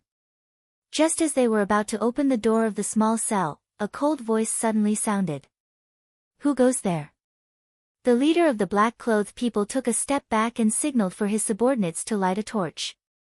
A bright light sprang up, illuminating the entire small cell. They saw Yi Jioge, who was supposed to be sleeping, standing in the corner. Dressed in green, she was slender and elegant. Her appearance was stunning and incomparably elegant. Her limpid eyes were so clear that it seemed as if she had never slept. "Miss Yi, we were sent by Lord Wan and Lord Bai to save you. The Crown Prince wants to kill you. Please come with us," the leader of the black-clothed people said as he tried to open the large lock of the cell. He didn't expect a purple light with lightning to fall on the large lock. If the black-clothed people hadn't withdrawn their hands quickly, they would have been struck by this lightning. "Miss, what do you mean by this?" The black-clothed people looked up at Yi Jioge. Their low voice was filled with anxiety and disbelief. Yi Jioge hid the purple light in her hands and said to the black-clothed people with a smile that wasn't a smile, "Go back and tell Lord Wan and Lord Bai that I won't leave the prison before this matter is clearly investigated. You'll die if you don't leave." The black-clothed man spoke hurriedly, as if in the next moment, the Crown Prince would rush in and drag Yi Jioge out for interrogation. Yi Jioge said slowly, "Dongfang Jianming doesn't dare to kill me because he wants to keep me as a shield so that the real evil cultivator can kill more spiritualists to practice. So, you can go back without worry and let Sir Wan and Sir Bai investigate the Crown Prince, Su Junqing, and the evil cultivator of the bloodthirsty sect." If Yi Jioge really believed that this group of men in black was sent by Wan Xiang, then he would really be as stupid as Dongfang Jianming. The leader frowned when he heard Yi Jioge's words, but he quickly recovered and said anxiously, "Eldest lady, I don't know anything about the Crown Prince or the evil cultivator. I only know that Lord Wan and Lord Bai asked me to save you, so I have to take you away." Yi Jioge's fingers caressed the pink petals of the fragrant night lily. Her face was even more beautiful than a blooming flower, but the words that came out of her cherry lips were extremely rude. "What if I say no? Then I will have to offend you." The leader's eyes flashed with a cold light. He cut the iron chain with a knife, kicked the door open, and rushed in.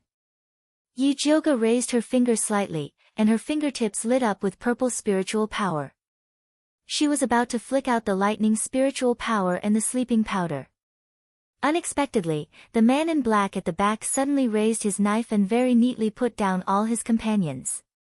Internal strife, interesting.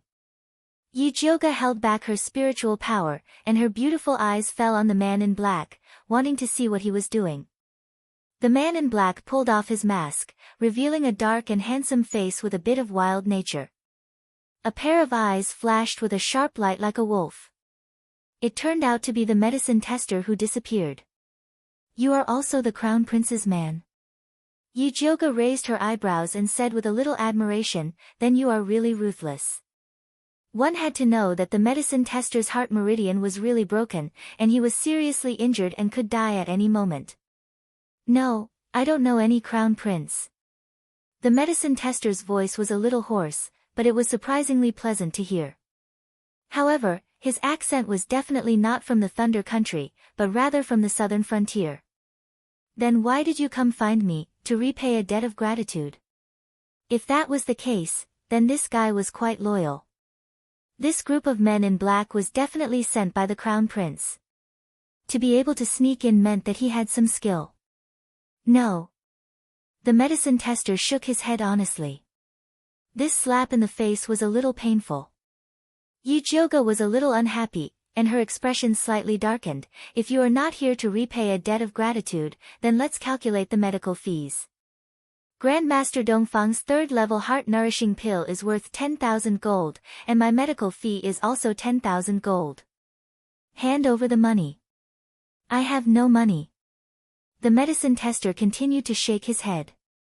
Then what are you here for? Yijioga narrowed her eyes and looked at the medicine tester's strong body. If this guy dared to tease her, then she would make him pay with his body. My master wants to discuss a business deal with you.